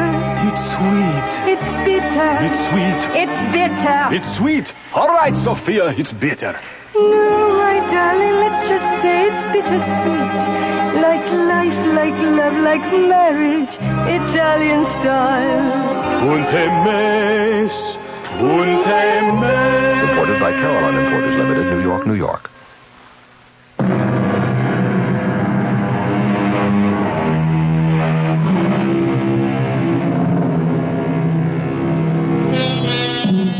With Officer Bowen in the house to protect her, or perhaps I should say Mr. Bowen, Nell Pearson seemingly has nothing to fear. But note that I say seemingly. And having noticed it, let's move on, you and I, to the dining room in Mrs. Pearson's rooming house some days later. In fact, the evening of the following Thursday. Delicious meal, Mrs. Pearson. As always. Thank you, Mr. Bowen. Sure is. Oh, Mr. Bowen. Yes. I hope you won't mind my asking. I haven't had the chance before, but do you mind telling me what you do for a living? A salesman. Insurance. Oh? You sound surprised. No, not really, except I'd have thought you were in something that keeps you outdoors a lot of the time. Your ruddy complexion. Like what? Oh, I don't know. Building trades, maybe. A foreman of some kind of outdoor crew. A policeman, even. Oh, I'm sorry. It slipped. No, I'm insurance salesman, Mr. Adams. And that does get me out and around a lot, you know. I suppose it does, yeah. You're a reporter, a crime reporter, I hear. Mm-hmm. Are you involved in this Ripper business? Very much. Been involved in nothing else since I came here to join the Sentinel. Do you or do the police have any idea what he's like, the kind of man he is? What makes him commit these terrible murders? Well, we do and we don't. Well, what I mean, everything we know is conjecture, theory. No one has ever laid eyes on him, except his victims, of course, so we can't be sure that the picture we've built up is close to the truth or not. Still, it ought to be fairly accurate as far as it goes. Well, how far does it go? I mean, what is your picture of him? Well, we estimate he's between 5'11" and 6 feet. We get that from the height of his victims and the downward direction of some of the knife thrusts. Must we talk about the Ripper at the dinner table? Oh, I'm sorry, but Mr. Bowen asked. And... well, there must be something else you can talk about. After all, there has been a murder in this house, and it was the Ripper, and this is Thursday, and the night that he commits these terrible crimes, and... well, really? Oh, Nell, I am sorry. Me too, Mrs. Pearson. I'm awfully sorry. It's all right. Just stop talking about it. I certainly won't. It is Thursday night, and that means I've got to stake myself out at police headquarters. Want to be right in the scene, is that it? I'm always on the scene, Mr. Bowen. It's my job.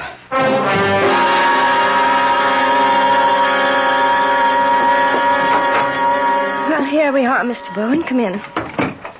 Well, now, this is very nice. Very comfortable, Mrs. Pearson. I can't understand why Miss Mapes, poor woman, wanted to change rooms with you.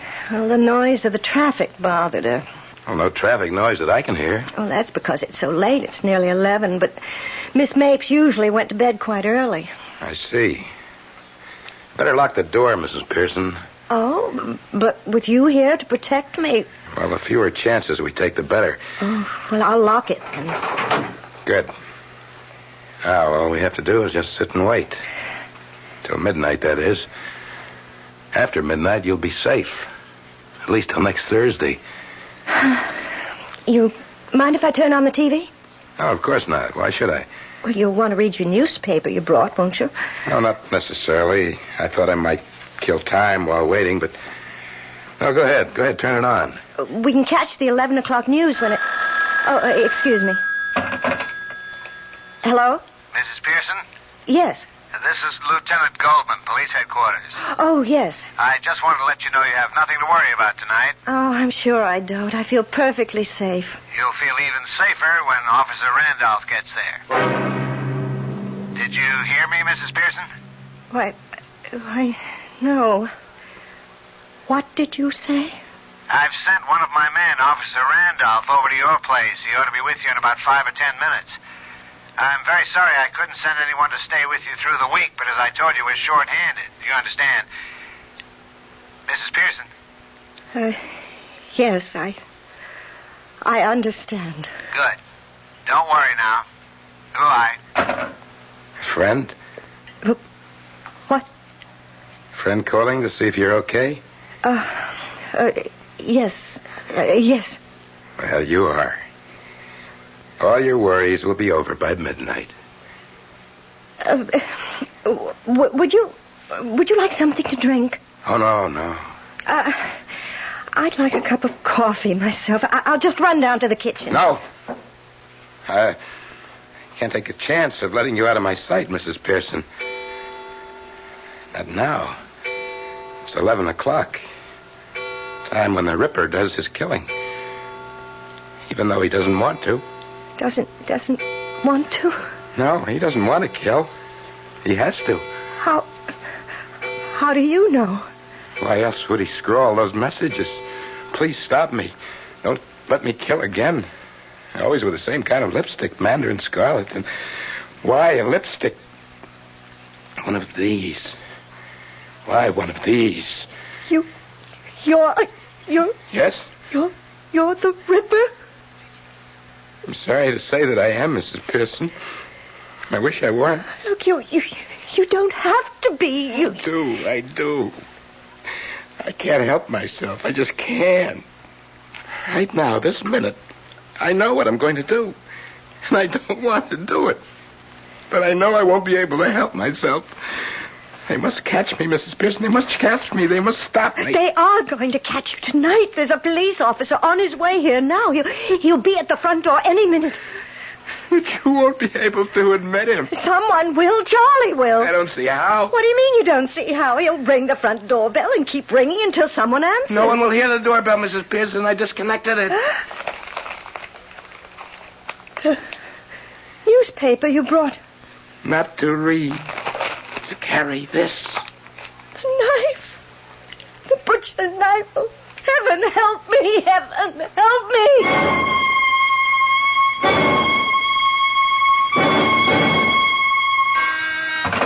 Goldman. Yes, send him in. Come in, Adams. Got a message you wanted to see me when I came in. Yeah. Coffee? Never turn it down. I just wanted to let you know I assigned a man to stay with Mrs. Pearson between 11 and midnight, and another hour or so after that, just to be sure. Thanks a heap, Lieutenant. I appreciate that. I think you're more worried about her than she was about herself. Well, to tell you the truth, I'd have stayed with her myself if I didn't have to cover headquarters. And if she'd have let me. Let you?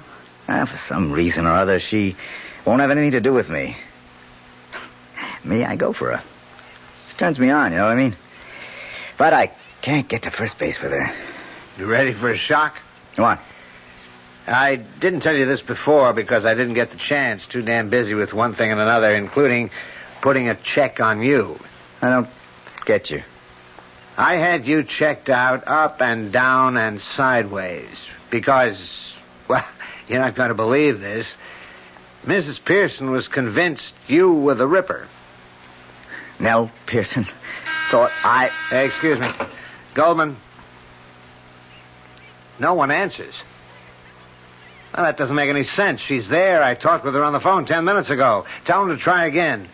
And tell him to make sure he's got the right house. These rookies... What? The guy I sent over to stay with Mrs. Pearson says nobody answers the doorbell. Not out of order, is it? Oh, I know. I've got a key. Maybe he went to the wrong house. Yeah, maybe. Look, you don't know what you're saying. I never tricked you. Oh, yes, you did. You say you changed rooms with that Miss Mace because she wanted to. But what you were doing was tricking me, that's what. You're all alike, you widows. Vile, vile, vile. Please believe me. Believe you? Believe a widow? Never again, never again. I believed one. I married her, but never again. You know what the Chinese say? Fool me once, shame on you. Fool me twice, shame on me. I learned that from her. She was nuts about everything Chinese. Pagodas all over the house, Chinese screens, parading around. She was always parading around with dresses slit up to here, up to here. Even her lipstick. This mandarin scarlet. Listen to me. But I paid her back for what she did to me. I paid her back that night. That Thursday night, when I came home unexpectedly and found her and him. He ran. He got away, but she didn't. Oh, she didn't. I got a knife from the kitchen, a butcher's knife, and I came into the bedroom and I slashed and stabbed and stabbed. And I ripped and I tore. I killed her once, and then again, and then again, and again. I killed her as I'm going to kill you now. Please, oh, please. What do you want first, huh? A slash across the face, a slash across your beautiful lying face. It'll do you no good to run. They all tried that and they failed. No! Help me! Please help me! No one can help you now. Stand back, Adams. I'll kill you. I'll kill you. Now, are you all right? Thank God you're here. Thank God. But how? The cop Lieutenant Goldman sent over said no one answered the doorbell. Seemed odd to me, so I decided to come over and check. Lieutenant Goldman came too. Oh, Tony. Now, take it easy now. Here. Sit down. That's it. Oh, can you ever forgive me? I misjudged you so terribly, so terribly. That's for sure. What about him, Lieutenant? He's gone. I hated to kill him, but I had no choice. And not the way he came at you, swinging that butcher knife. Hey, what are you doing? Calling the Sentinel. What else? I've got another scoop. If you don't mind. Hey, what? Operator, give me police headquarters. Oh, that's gratitude. I lead you to the Ripper, and you swindle me out of my scoop. You'll get your scoop. And the way Mrs. Pearson is looking at you, I'll say you get another. Hello, this is Goldman. Give me homicide. Well, I know. What? Chief. Tony? This is Lieutenant You Goldman. know I've been crazy about you since I laid eyes on you. Yeah. You do know that. Yes. No, he's dead. Yes, I guess I do. Had to kill him. Well, look, that movie I asked you to go to, they've held it over another week. Okay. Will you go with me some night? I'd love to. Anytime. Any night. But Thursday.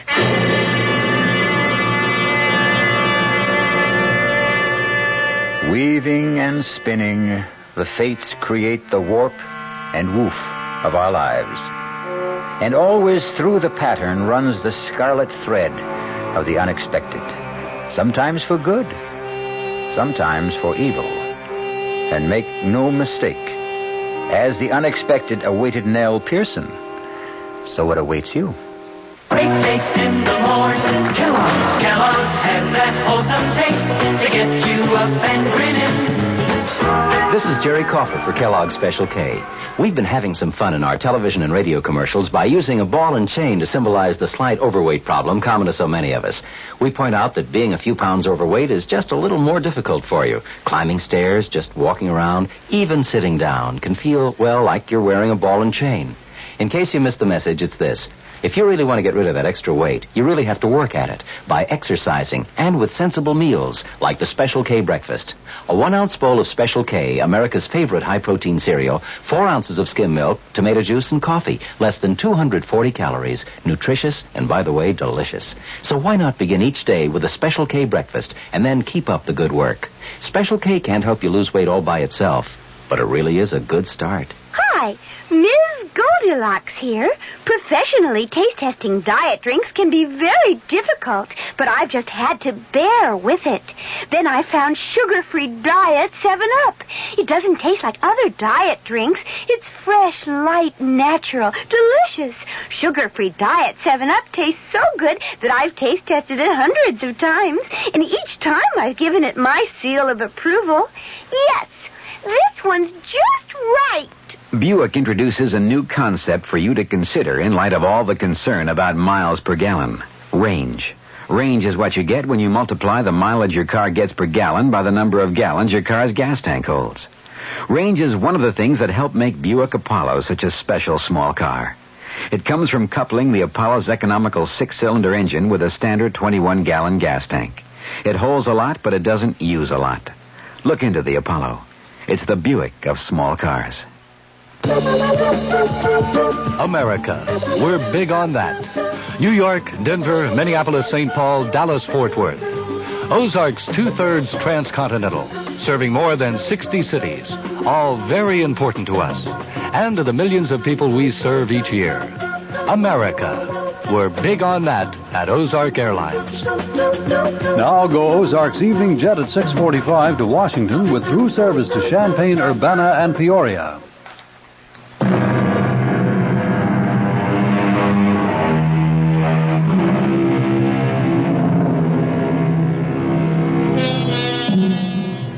I'm sure you'll want to know that Nell and Tony are married now. Tony's on his way to becoming managing editor of the Sentinel. And Nell on her way to becoming a mother. And so the fates weave a happy ending. For once. Our cast included Kim Hunter, Michael Wager, Robert Dryden, Mary Jane Higby, and Joe Julian. The entire production was under the direction of Hyman Brown. Radio Mystery Theater was sponsored in part by the Kellogg Company, makers of Kellogg's Special K cereal, new sugar-free Diet 7-Up, and Contact, the 12-hour allergy capsule. This is E.G. Marshall inviting you to return to our Mystery Theater for another adventure in the macabre. Until next time, pleasant dreams.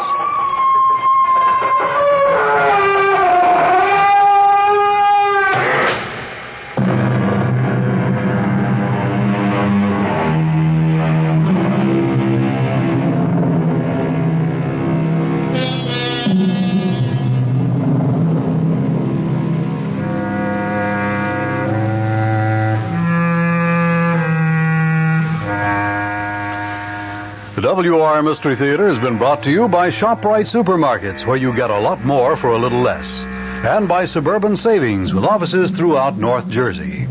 The preceding Mystery Theater program was furnished by the CBS Radio Network. At this moment in time, Jason, I'm a very friendly ghost with warm feelings toward you. Because you're going to do me a favor, Jason.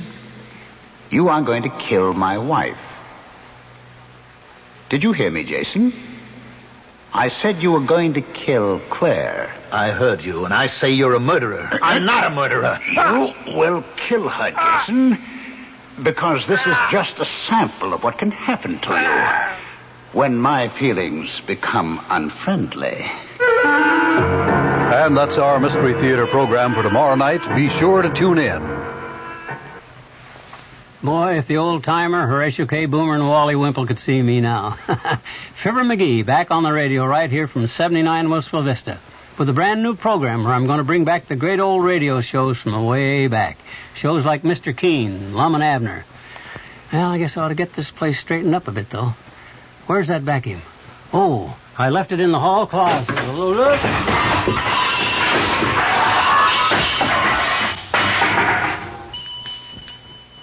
Gangbusters, Duffy's Tavern, Mr. District Attorney are just some of the highlights of Fibber McGee's special program, The Good Old Days of Radio, tonight at 9:05 right here on WOR. I'm Fulton Lewis in the Mutual Broadcasting System studios in Washington, D.C. Now, my commentary. President Nixon, it appears, will continue to take his case to the public at large, thereby hoping to head off any impeachment drives that may develop on Capitol Hill. The posture of the White House, the president's official family, has been decidedly defensive these past few days. Repeatedly, White House officials have been asserting that Mr. Nixon is not going to quit. Those assertions being, of course, in response to calls from a growing number of congressional Republicans for the president's resignation. When charges of a specific nature have been leveled at Mr. Nixon, they have been answered promptly and firmly. Just today, for example, the White House charged that there has been, in its words, a concerted effort by some sources to circulate fallacious reports that the president has used ethnic slurs in private conversations. Deputy Press Secretary Gerald Warren agreed with White House lawyer J. Fred Bushart's assertion yesterday that attempts are being made to try to poison the public's minds by charging that the slurs were deleted from the recently released Watergate transcripts. Warren today commented, "We have been aware for some time of a concerted effort by some sources, whoever they are, to get this fallacious story into print." He added that several newsmen have received reports on the alleged slurs, and that it was, in Warren's words, clear to us that there was a concerted effort to get this into print, and it finally succeeded. He was referring to a story that was published Sunday in the New York Times.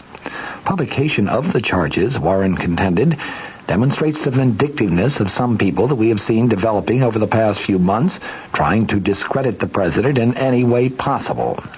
When asked why the White House did not release the actual sections of the tapes to support their denial that the president made ethnic slurs, Warren said that pressure for such a release of tapes is precisely what the purveyors of this sad story wanted to happen. Incidentally, my own White House sources, people who have been very, very close to the president for many years, insist that it is not only unlikely but almost inconceivable that Mr. Nixon would be guilty of making the comments which have been assessed to him by the New York Times. As one White House aide put it, the words, the references, I don't believe are even part of the president's vocabulary. His choice of language might get a little rough at times, but ethnic or religious or racial references are never incorporated into that roughness. That assessment, I might add, is very much in line with my own knowledge of Mr. Nixon, which dates back also many years.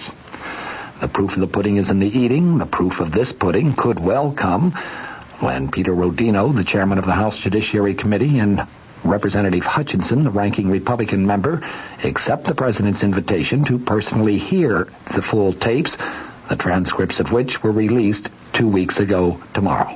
From the Mutual Studios in Washington, I'm Fulton Lewis, and that's the top of the news as it looks from here.